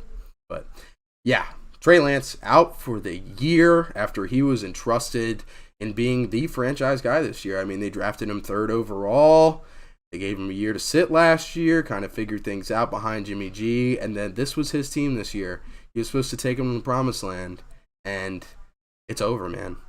And Jimmy G, the highest paid backup in the NFL, comes in and goes 13 for 21, 154 yards, and a touchdown in classic Jimmy G fashion. But I really want to talk about Trey Lance long term, dude. Like, is Lance's NFL career, like, not just in jeopardy, but, like, over? Because this dude has barely had an NFL career. Like, in college, he started 16 games in 2019, 1 in the 2020 COVID season. So that's 17 games of total football outside of high school. And then you go to the NFL. He gets drafted 3rd overall. 49ers trade up for him. He has 56 pass completions in 8 NFL games, which is terrible. And then he has a season-ending ankle injury to put him out for the rest of the year. So is Trey Lance worth a bag of chips now, dude? Like, I don't know what the future is for him. If Trey Lance gets put on the trade block tomorrow, he probably still yields at least a 2nd-round pick, if not a 1st-round pick. After an ankle injury like this, that could affect him long term. After an ankle injury like this, I still. And the problem is he won't get put on the trade block because they did invest 3 first-round picks into him. They're going to play him until they know 100% that he absolutely sucks. Because you gotta exhaust all options. And they're gonna blame it. I mean, obviously you can't blame this, but if he sucked, dude, they'd be like, okay, well maybe it's the receivers, maybe it's the play call, maybe it's this and that, because they put so much into this guy that they want him to work out, and they're gonna want to do anything that's possible. Obviously, the only thing that can be done now is to wait until next year. And it's just a shitty situation. Gotta say, man, I am happy for Jimmy G. He waited this out, and now he's going to be a starter again, and it's for the same team he's been a starter for the last 3 or 4 years. And honestly, man, there were reports all offseason that, like, the locker room's divided, and, you know, half of the locker room really loves Jimmy G, and they wish that he would stay the quarterback. And while it said the locker room's divided and it's half or whatever, never heard them say explicitly that the other half loves Trey Lance. Which leads me to believe that nobody was really feeling old lap dance Lance from the jump. Lap dance Lance. They really. When did you throw that one together? Yeah, they were really. Dude, have you not? No, I haven't. Are you not hip? I know. I saw the lap dance, obviously, but I didn't. Yeah, that's a nice creative name for it, man. I fuck with it. Oh, thanks, man. Thanks. Lap dance Lance. Yeah, but I am glad to see Jimmy G back in a starting role. Yeah, that's my guy. I wanted to see him. What I'll say about Trey Lance is, I mentioned it this offseason. Like, there was talks that Kyle Shanahan didn't even want Trey Lance. Like, he was convinced by the rest of the organization to take Trey. He wanted Mac Jones. He wanted Mac Jones. That was a lot of the talk going into the draft. He showed out to his pro day. Like, it was a big deal. It was almost like, I mean, Mac Jones at 3 was pretty set in stone, and then shocks the world and takes Trey Lance at 3. But a lot of it was because of that picture, apparently, that came out during the national championship of Mac Jones looking like 300 pounds. But obviously, it ends up that Mac Jones is not 300 pounds, and he's actually a decent NFL quarterback, which Trey Lance can't say because he hasn't been able to get on the field and actually play consistently. So, looking rough. Are we ready to declare Trey Lance as like the worst quarterback of that class? No, because Zach Wilson hasn't really shown me that much either, as much as I like Zach Wilson. Plus, Davis Mills is in that class. You're right. What am I saying? All right, let's move on from Trey Lance and the injury woes in San Fran. Let's move to the Bengals offensive line, really giving Joey B a time in their game against Dallas. I think the spread was over 3 at least. But the Bengals do fall to the boys, and a lot of it, like I said, was because of this newfound offensive line. They allowed 6 sacks against Dallas, 7 sacks against Pittsburgh. That's the most sacks allowed by an offensive line in the NFL so far this season. Dude, besides the Titans, do they look like the worst of last year's playoff teams? And it's crazy to say that because they were the ones that made the AFC, won the AFC Championship, made it to the Super Bowl. Yeah, I mean, it's really hard to argue for anybody else. Pats. I mean, them and Tennessee Pats are the too. only teams Pats too. that made the playoffs. Pats too. But Tennessee and Cincinnati are the only two that are 0-2. And I know wins aren't everything. But yeah, Cincinnati's got some serious looking inward to do. And the thing that does leave optimism for Cincinnati is it's not blowouts. They lost on game-winning field goals both games that they played. They weren't getting their shit kicked in, like Tennessee. So there is a little optimism there. Everybody's healthy-ish. I mean, T. Higgins is there. He played all of last week, right? Yeah. I'm not tripping. Yeah, I thought he did. But so there's that. You have everybody. It's just not working out. There's a lot of newness. I mean, you're starting the entire right side of the line is brand new. From left over really because Cordell Volson also new starter this year. So you're running out an entire new offensive line. There's going to be some learning curves. There's going to be some bumps. Sure. Hopefully it gets figured out. I think it does get figured out because this team is good. Like we did say all offseason, like, maybe this team doesn't make the playoffs this year. Like I wouldn't be surprised. And that can still remain true, but this is still a pretty good football team that has the ability to make noise in the AFC. So I think they just need to maybe they take an early bye week and they just honestly figure it as out. I'm thinking about it, outside of Joey B, the comp between and outside of the two, a really solid wide receiver core, but like the Detroit offense and Cincinnati, like as a team, both those teams are pretty similar. Detroit and Cincinnati.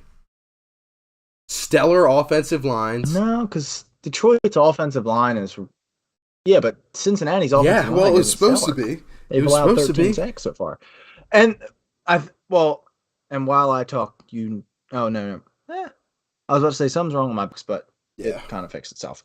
And while it was supposed to be, I think it might be more of a Joe Burrow problem than an offensive line problem because we've seen offensive line. I mean, they've allowed 13 sacks in 2 weeks with a brand new offensive line that has a future. I believe Lyle Collins made a Pro Bowl. Alex Kappa, Ted Cross, both been starters in the league for many years. Jonah Williams is even a relatively solid left tackle. He's at worst a league average guy. So maybe it is a Joe Burrow problem, and nobody's really seeming to cast the blame on old Joe Shiesty because he wears cool sunglasses and fur coats. Yeah, that's it. That's definitely it. I mean, one thing that I noticed when I'm watching the Bengals games, he sucks at stepping up in the pocket. It's like he's afraid. Like, I think he might be legitimately afraid after some of the injuries that he suffered, like, so far early. Well, it's because FedEx Field scarred him for life. Legitimately, FedEx Field did scar him for life. Been doing that since 2010, baby.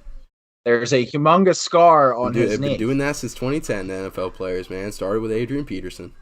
But, I think it might be a Joe Burrow problem. I think he does have a problem stepping up in the pocket, moving around in the pocket in general, being maneuverable. I mean, we saw last year he was willing and able to rush out of the pocket, but it seems like this year he's less willing to do that, maybe because he has more confidence in an offensive line, but it seems to be a misplaced confidence so far this year. I was at a lot of Bengals fans down here in Kentucky because that's the closest pro team that we have, and I was having a conversation with one of them in my sports class today, and he was like, his excuse for losing the game was like, like same shit that we were saying, like new faces. Lyle Collins was out last week, so we have we're plugging him in brand new. So like it's a lot of newness, but doesn't matter what you roll out there on that offensive line. It's better than what you had last year, and you made it to the Super Bowl with that offensive line. So I told him straight up to his face, there's no excuse. Like, I was like, you did everything to fix the offensive line in the offseason. Anything was better than what you had last year, which you made it to the Super Bowl with, and you can't play well under this newfound offensive line. There's no excuses there. There's none, in my opinion. And I love to say it to Bengals fans because they are so confident in themselves all the time. Like, they all came out of the woodwork as, like, the season went on. Like, oh, shit, Cincinnati's an hour away from here. Let me find my Bengals hat. Like, Jesus Christ, man. I hate them down here, bro. My dad got me a Bengals jersey. Joe Sicey! Joe Bear! Yeah. Like, whew, it's a different level of harassment. Yeah. Oh, dude, imagine being in the same division as them, and imagine getting your shit kicked in twice last year after beating them up for all the shit that you heard about the Ravens when we were going to like high school, middle school, like all the outrageous takes we would hear about the Ravens. It's the same thing with the Bengals here. It's like fucking, you guys are so stupid. Yeah. But anyway, I don't. Yeah. Also, Ravens, in my division. So yeah, So all right, let's move on to the Cardinals beaten. Yeah, we got a little man because I was talking to Jaden before the podcast, and we had the highlights on him our sports analytics class today, and he just is the Muffin Man. He's a little tiny toddler just running around. He ran around in the backfield for 20. He ran around for 20 seconds in the backfield, and eventually was just directing traffic, and eventually finds himself into the end zone. Basically puts the team on his back, but I mean, we were talking about it with the power rankings. We don't really have to spend too much time on this, but will the Cardinals be okay or no? Do you think they have a legit? No. Do you think they still have a chance to win that division?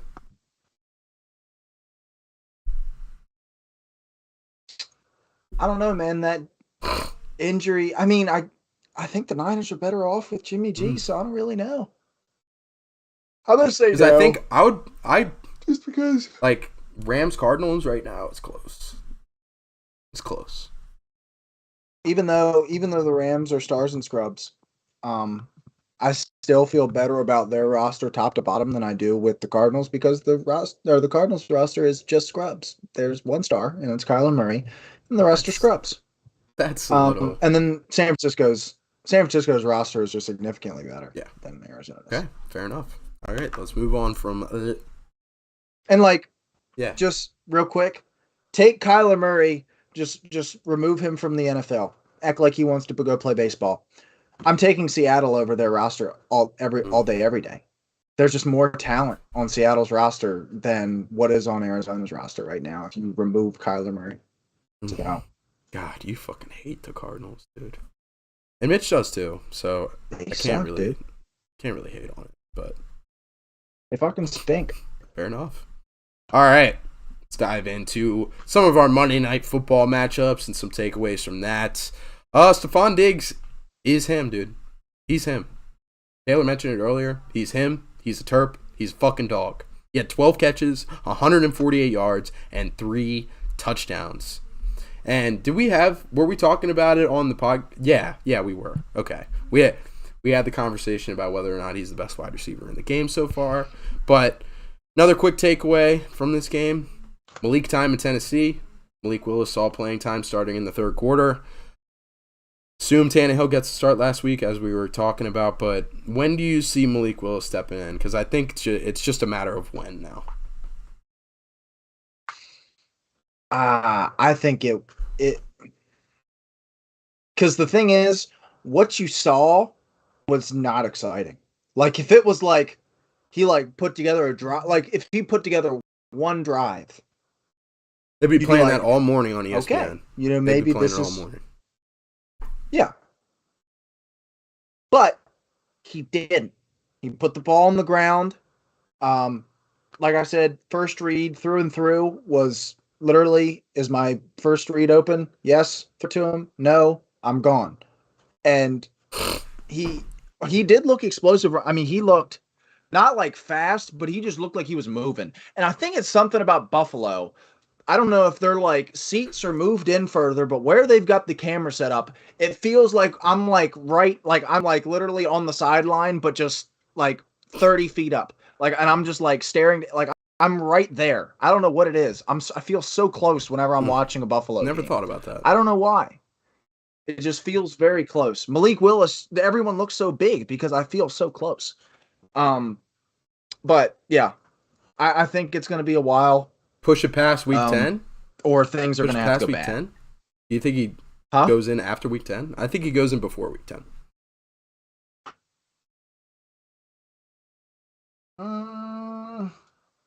I'm gonna need to see some really bad shit from Tannehill, which Tannehill is very well capable of in his own right. I will say that Tannehill knows how to put together some bad shit. I saw plenty of bad shit last night to make my decision, but yeah, I was about to. Would you be ready to say the hell with Tannehill this week? No, because I don't think Malik Willis looked that much better. If I'm being completely honest. Yeah, that's kind of where I'm at. But he's a rookie, and as he gets more reps in practice, by week 10, he's probably going to be the better NFL quarterback. That's the thing though. It's going to be years before he's an NFL ready quarterback. Years. Like when we think about him being the third quarterback drafted the year before last was Trey Lance with the number 3 overall pick. Malik Willis was picked at 86. Like, third-round quarterbacks in most years don't even get to see the field. Like, they're career backups. Whereas now we're like, this guy's the heir apparent because he was the third-round pick, and everybody thought, It's not an heir apparent question, people thought he was going to go number 2 in Detroit. Yeah, we did, and that was fucking crazy. I still... Like, there's not even a guarantee that Malik Willis ever starts for Tennessee.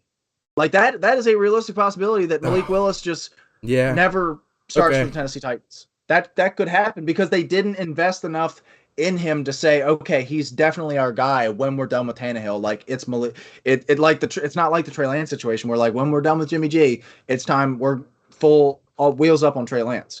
Like with Malik Willis, that could never happen because investment's not there. The investment isn't there, but also the quarterback isn't there. Like Ryan Tannehill. Not all NFL teams have Ryan Tannehill stinking it up that bad at their starting quarterback position. Like, not all teams in the NFL have this kind of urgency. Yeah. But Malik Willis is stinking it up worse. It can't get much worse. It can't get much worse than what Tannehill put on production yesterday night. So I think we'll just agree to disagree, man. I think Malik Willis ends up before week 10 being the starter for Tennessee, and you think Tannehill makes it past week 10? All right. I think he might finish the season. To be honest with you. And I know Tannehill. Hey, I respect it. All right, man. Chloe says yes, no way, and then you say yes, way. Nice response. Kudos. That's true. All right, here we go. We've talked so much. I saved this for last because it's probably going to be the best. We've talked so much about Jalen Hurts in the past 24 hours. And our opinions on Jalen Hurts, my opinions versus your opinions. And honestly, before 24 hours ago, I probably was almost indifferent on Jalen Hurts. And now I am his biggest hater on the planet. And now Jaden's... almost indifferent. And now Jaden's his main propaganda man. So good for you, man. But let's go. Let me set the stage. Let me set the stage before we start duking it out. Jalen Hurts. Dude, you gotta roll the clip from last week. That'd be nice, dude. Once we get a setup where I can roll clips from last week, that'll be dope. Keep the receipts. Eat your words from last week, Kane, LOL. Yeah, it's funny.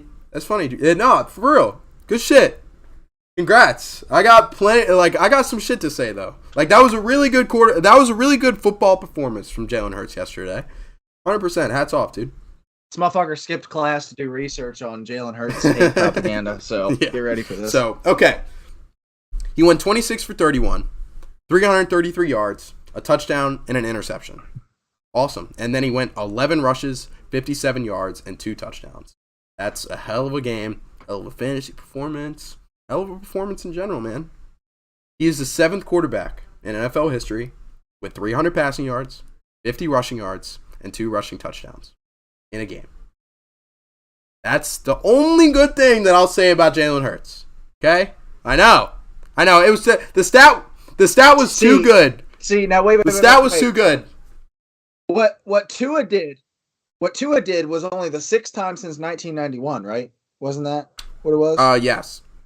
But this is so specific, dude. Like, it was literally But 450 passing yards and 6 touchdowns. That was the only criteria. Hurts' criteria is 300 passing yards, 50 rushing yards, and 2 touchdowns. Like, that's such a weird criteria. Like, the amount of quarterbacks that have done that in NFL, like Tyler Huntley's probably done that at some point. Like, I want to see the list, honestly. Yeah, because Tyler Huntley's got a whole bunch of games. I want to see the list of full quarterbacks. So if we can find that at some point, I'd love to look it over. But like that's such a I'll put our stats guy on that. That's such a weird criteria, in my opinion. Like 450 passing yards and 6 touchdowns. That's just a flat out darn good fucking balling out quarterback performance right there. Like this is just unique. Congratulations. There's been 7 times that's ever happened. It's more unique than what Tua did. Yeah, but it's so weird. Like, okay. All right. It was good. It was an awesome performance. And I think Tua had a better performance than Jalen Hurts did on Monday night. I agree. Yeah. Okay. All right. Hey, man. Let's go. Okay. No, not exactly bloody knuckles to the end. I appreciate that. But, all right. This is the case against Jalen Hurts and his performance against the Vikings. So, this Vikings secondary, let's not forget, they allowed the 5th most passing yards per game in the NFL last year, and they only got worse in the secondary. So they added some rookies. But it's like they're still getting adjusted.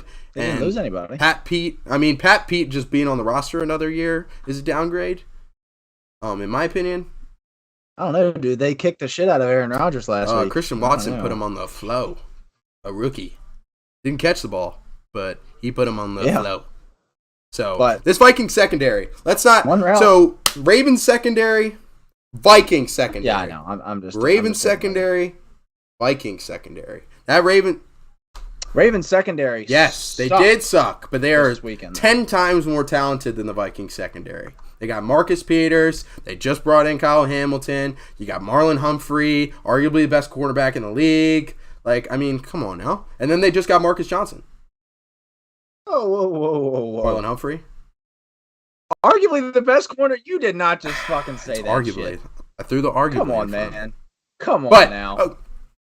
There is no arguably the best secondary in the NFL on paper. Arguably the best Okay. Yeah, they signed Marcus Johnson.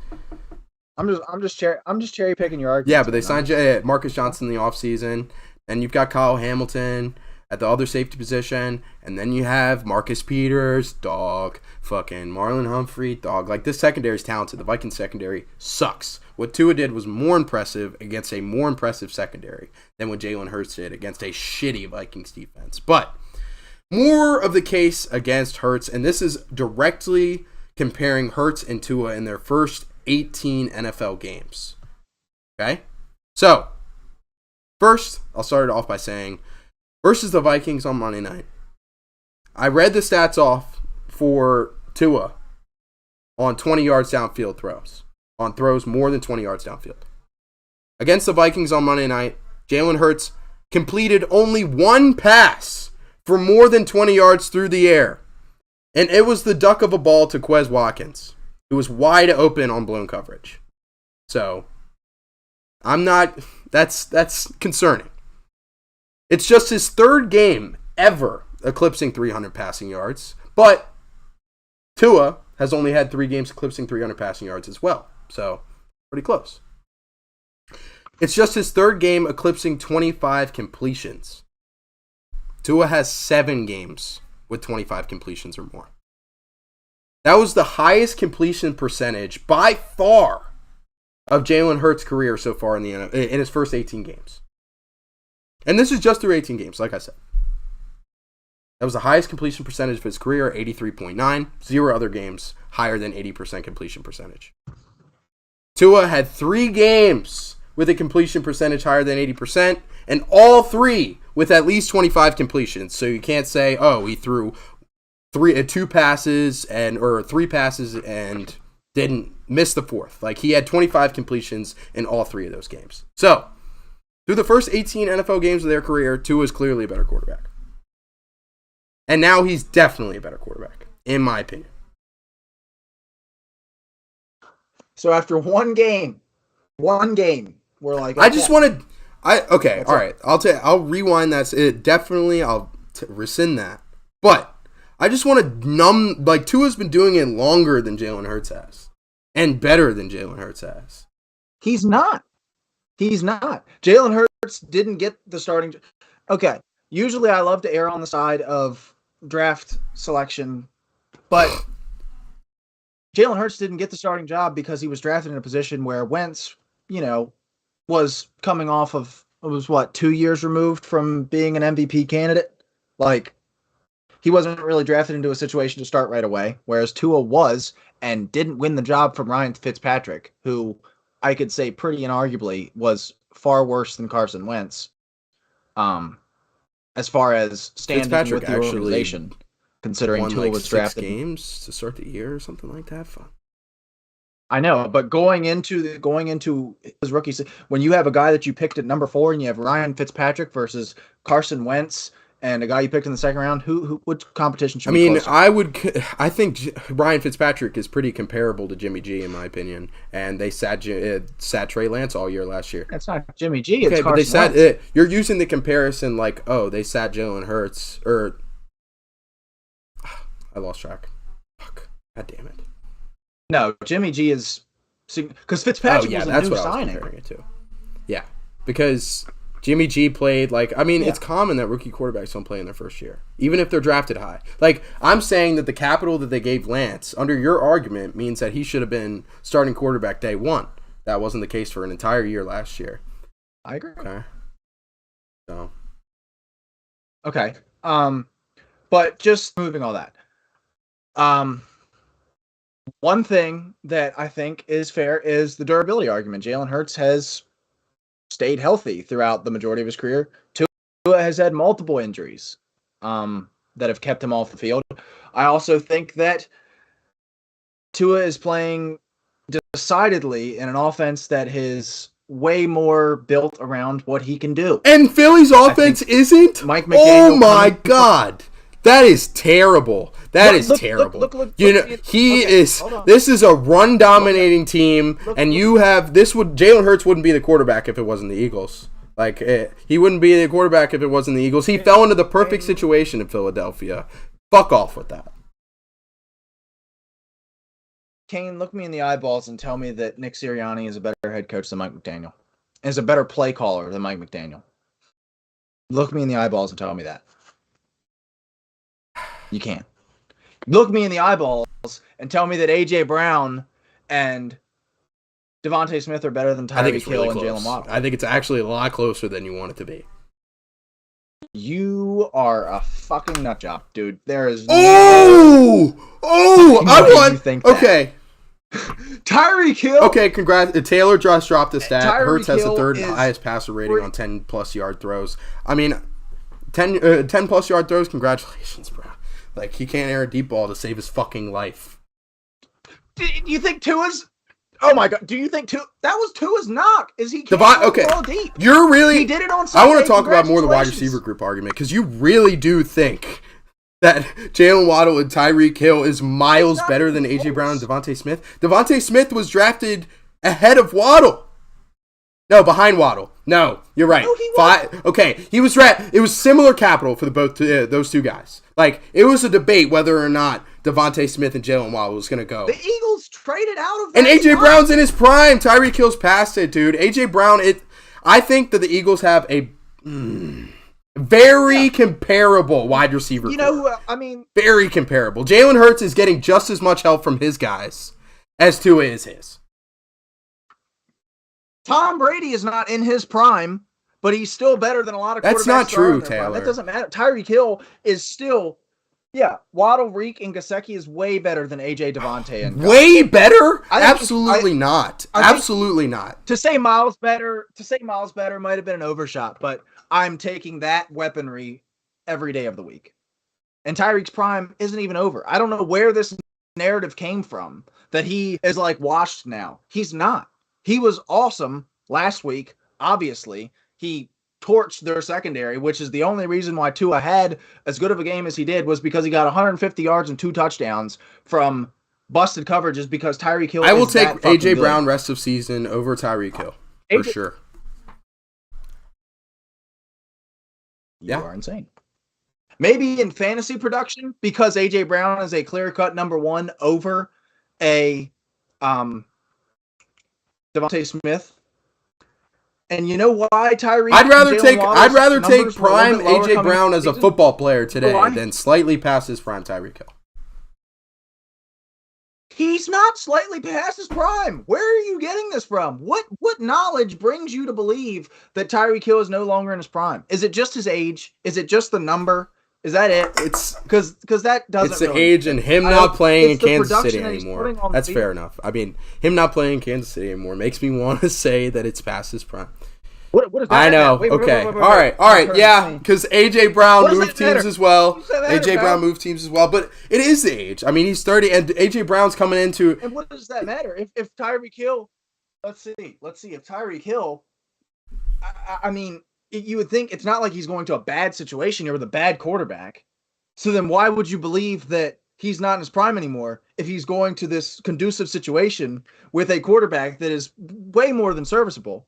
Then Tyreek Hill should still definitely be in his prime, correct? Correct. Okay, fair enough. But okay, we've expanded the argument beyond what's at stake here, dude. I'm buying a Jalen Hurts jersey. I'm buying a 76ers. The fact that you said Hurts. that the Dolphin system is more built around Tua than the Eagles. It is. Building, Mike McDaniel. Mike McDaniel comes from a 49ers offense that built their offense around Jimmy G and what Jimmy G can do. That's why he loved coming to Miami, because Tua is another fucking Jimmy G. I don't think that, like, they can look at a Miami offense and be like, okay, we're going to build this offense, like, playing to Tua's strengths. They looked at the Eagles' offense. That's exactly what they did. That's exactly what they did. They didn't. That's exactly what they're doing. They're playing to Tua's strengths. They're letting Tua play point guard and get the ball to the playmakers. That's why they built this team with all these playmakers on it, with all this speed on it, with Raheem Mostert and Chase Edmonds, Tyreek and Waddle and Gesicki, who's essentially an inline wide receiver. That's why they did that. Because they're letting Tua play point guard the same way they let Jimmy play point guard with Debo and Ayuk and Kittle and Elijah Mitchell. And but it's not. He's not dishing it off this year. Like, he's not dishing it off. Like, I mean, that was, if you were going to build it off. He dished it off all game against New England. You can't say off of one game that, then this is his game plan is complete. That's all he did against England was dish it off. He didn't even look that good against New England. No, he didn't look that good against New England the first season that he's playing as starting quarterback for the team. Like, I mean, after he came off the injury last year. You know why this is his first game as starting quarterback? Because he can't stay healthy. Okay, but I mean, I'll be interested to see how long Jalen Hurts could stay healthy if he keeps playing like the way he played last night. I'm not wishing injury upon Jalen Hurts. Let me make that perfectly clear. But it's the same damn shit. I have the same durability questions. There are more durability questions for Jalen Hurts than I do for Tua. Like, Tua had the injury coming out of college. That was, like, unspeakable. Like, it was one of the worst injuries in college football history. Like, freak accident. And then people died on and then he has like fields.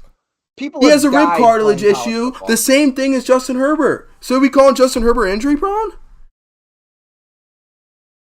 No, I'm saying. Oh.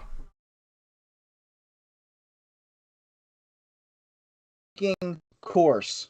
We're not streaming. Would go out then. Not streaming. Now we're back. Okay, we're back. How long have we not been streaming? 2 seconds. Okay. Say it again. I'm ready to fire. Say it again. Get back in my spot. Okay, honestly, I can't even remember what I just said. You were going on about something. Because you said that, are we calling Herbert injury prone? And I said no, because Herbert's playing next week and Tua missed like 6 weeks. We're not sure that Herbert's playing next week. So he ain't gonna miss the next 6 weeks. He might. I don't know, man. And it was the Dolphins, you know. Like, I mean, got to protect that investment. on a certain level. But I was more impressed, if we can break it down, I was more impressed with Tua's performance than Jalen Hurts' performance, and you agree. In week 2, I agree. Okay. I agree. Okay. But I think I'm taking Tua rest of the season. I will say this. And Tua has been the better. Tua is the better NFL quarterback. You go from where Jalen Hurts was at Alabama to then what he was at Oklahoma to then what he was in his rookie year in those final 4 games to then what he was last year to then what he is this year. There has been massive levels of improvement in every single season so far, and I can't say that I have seen an ounce of improvement since Tua came from Alabama into the league right now. Yeah, because 469 passing yards and 6 touchdowns and your new built offense in week 2! In week 2 is new built offense, and he throws for 460 yards, 6 touchdowns. I know that's not crazy at all or anything. That's not crazy at all or anything. That's just Joe Schmo. Joe Schmo. I wish we had an audience. I really wish we had an audience because we would make trillions off of this. We would make. Honestly, I want to get in the ring. I think we should go full on pay-per-view and just get this over with. We should, man. I mean, I'll have Tua in you'll have Tua in your corner. I'll have Jalen Hurts in my corner, wiping the blood off. Okay. I thought we were gonna have them fighting with us, which I was concerned because Jalen Hurts is pretty beefy, and Tua is smaller. Yeah, and Tua is a little limp noodle who can slang the football downfield. Because he's got a noodle arm. He can slang that shit. Jalen, it's a very strict motion of only 10 yards downfield. That's it. Boom, boom, boom. That is Tua. That is legitimately Tua's knock. You are. I don't know if you've. Tua's a better quarterback this year. Tua's a better quarterback this year.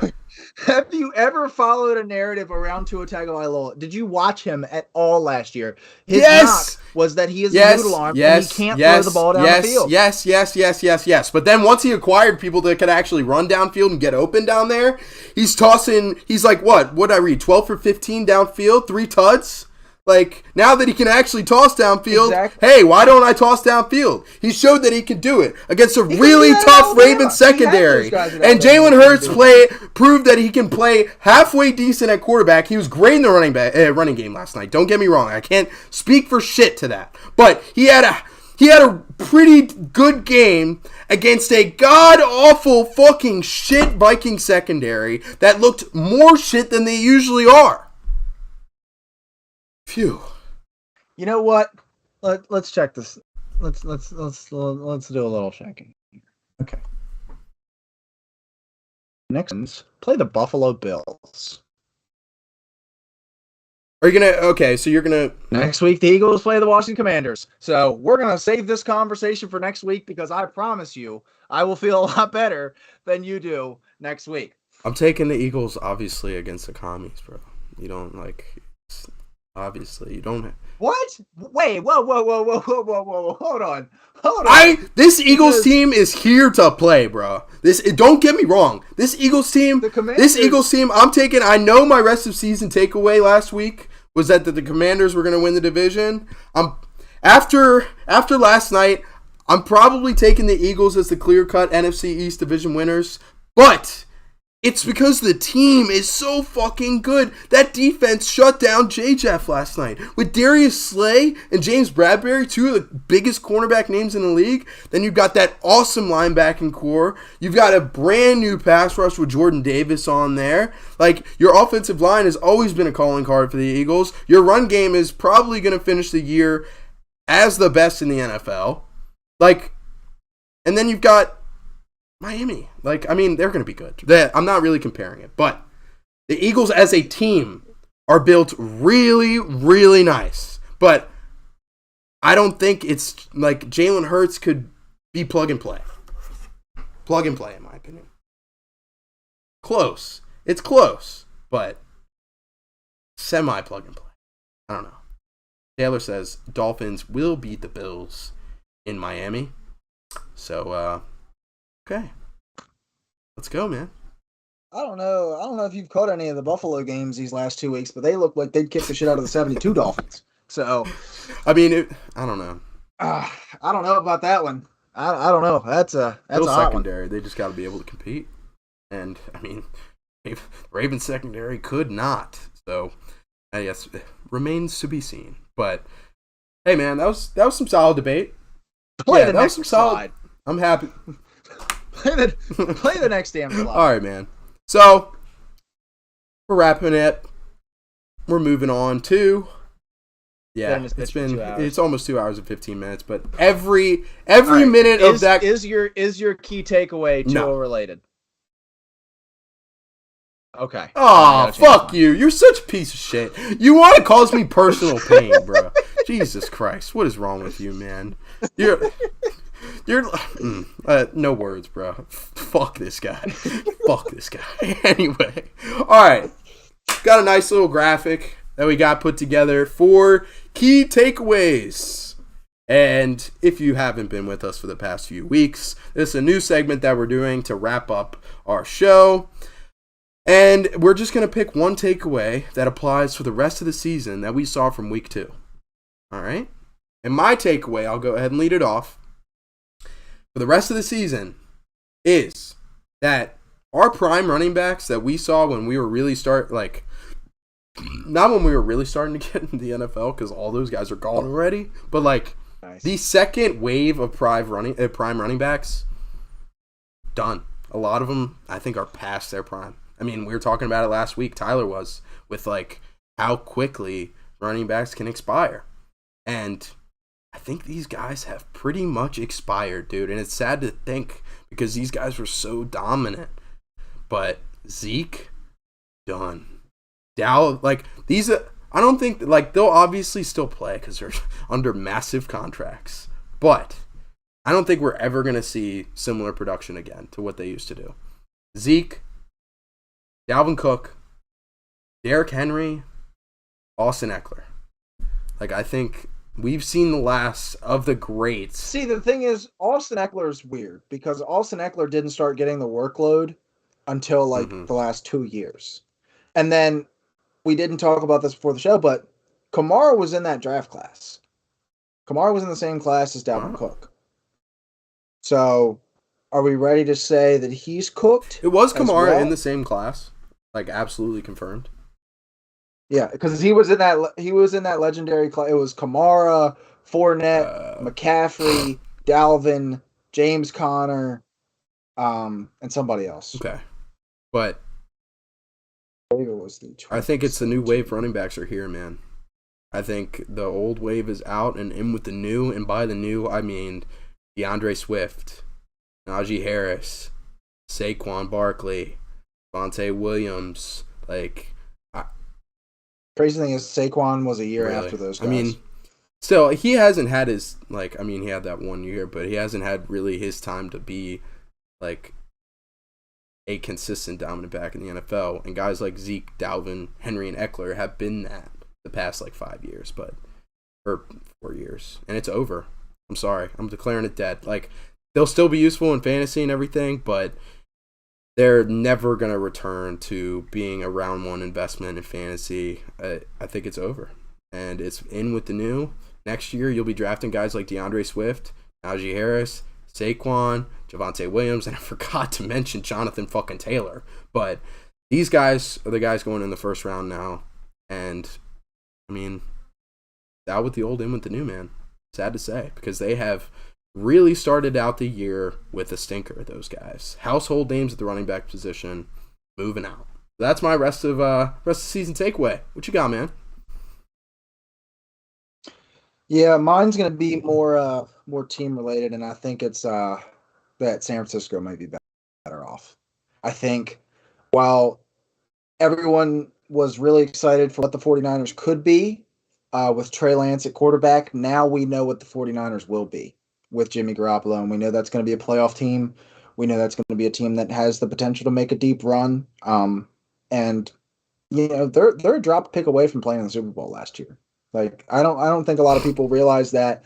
And Jimmy G got them there. Trey Lance didn't play any part in that. I mean, he played 2 games, but I can't remember if they won those games. I'm pretty sure they lost 1 because I know 1 was against Arizona when they were still good in that part. I don't know what an angry Jimmy G looks like though, but I mean, he's going to be angry.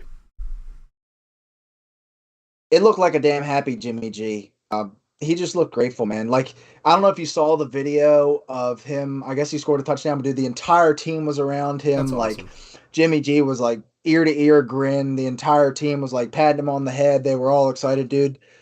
And I think there's just more Mm. buy-in around Jimmy G than there was around Trey Lance. There's no more questions looming for the entire team because while it puts a lot of pressure on Trey Lance, it puts a lot of pressure on the entire roster. It puts a lot of pressure on Kyle Shanahan to call the plays to put Trey Lance successful. That's all gone now.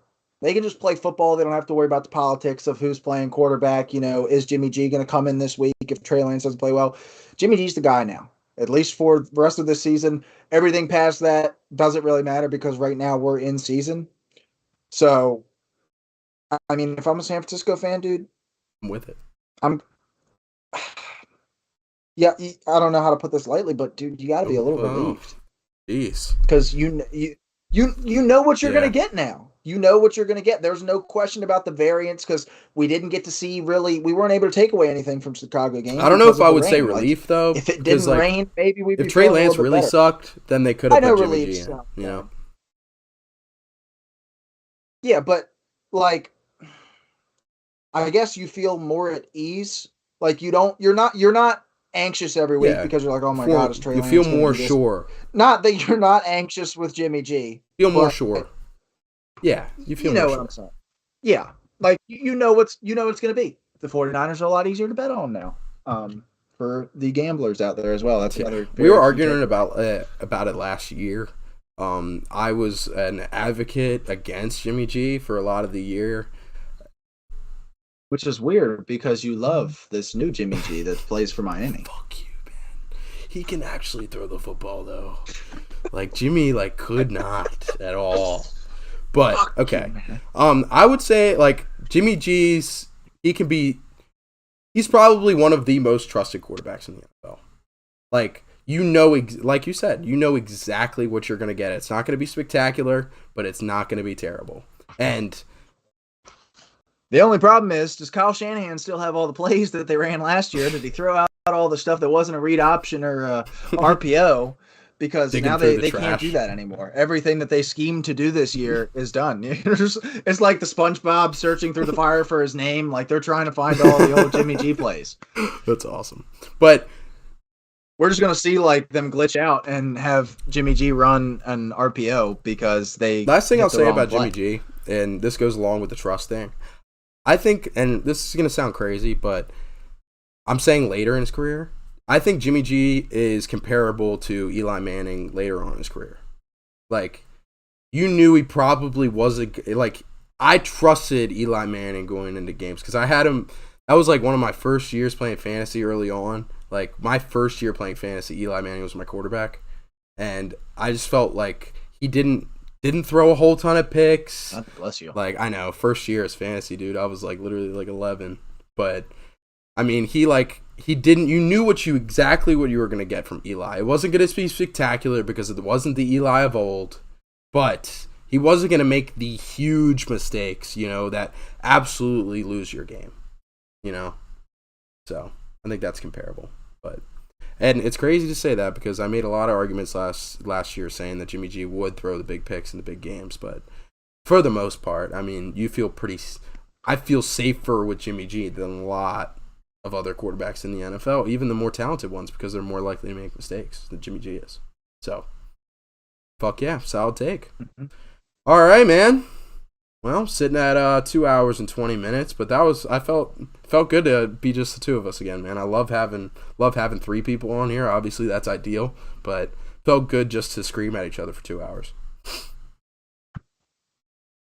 Yeah.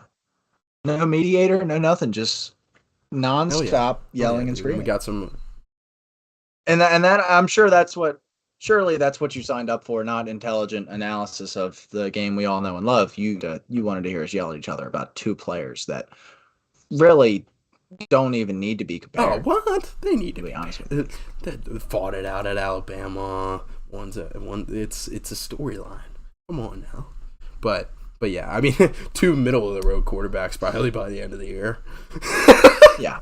So, If one's better than the other, I mean, who really cares? Like it's not. But we are a football podcast. Yeah, we are a That's- football podcast, and we care about it. So we're going to talk about it. Whether or not you listen is up to you. So with that, it's been a hell of an episode. Nice 2-hour run. We'll have another episode out later in the week, but with our week 2 or week 3 preview. But yeah, that does it for the week 2 recap episode, and we'll catch you guys later this week.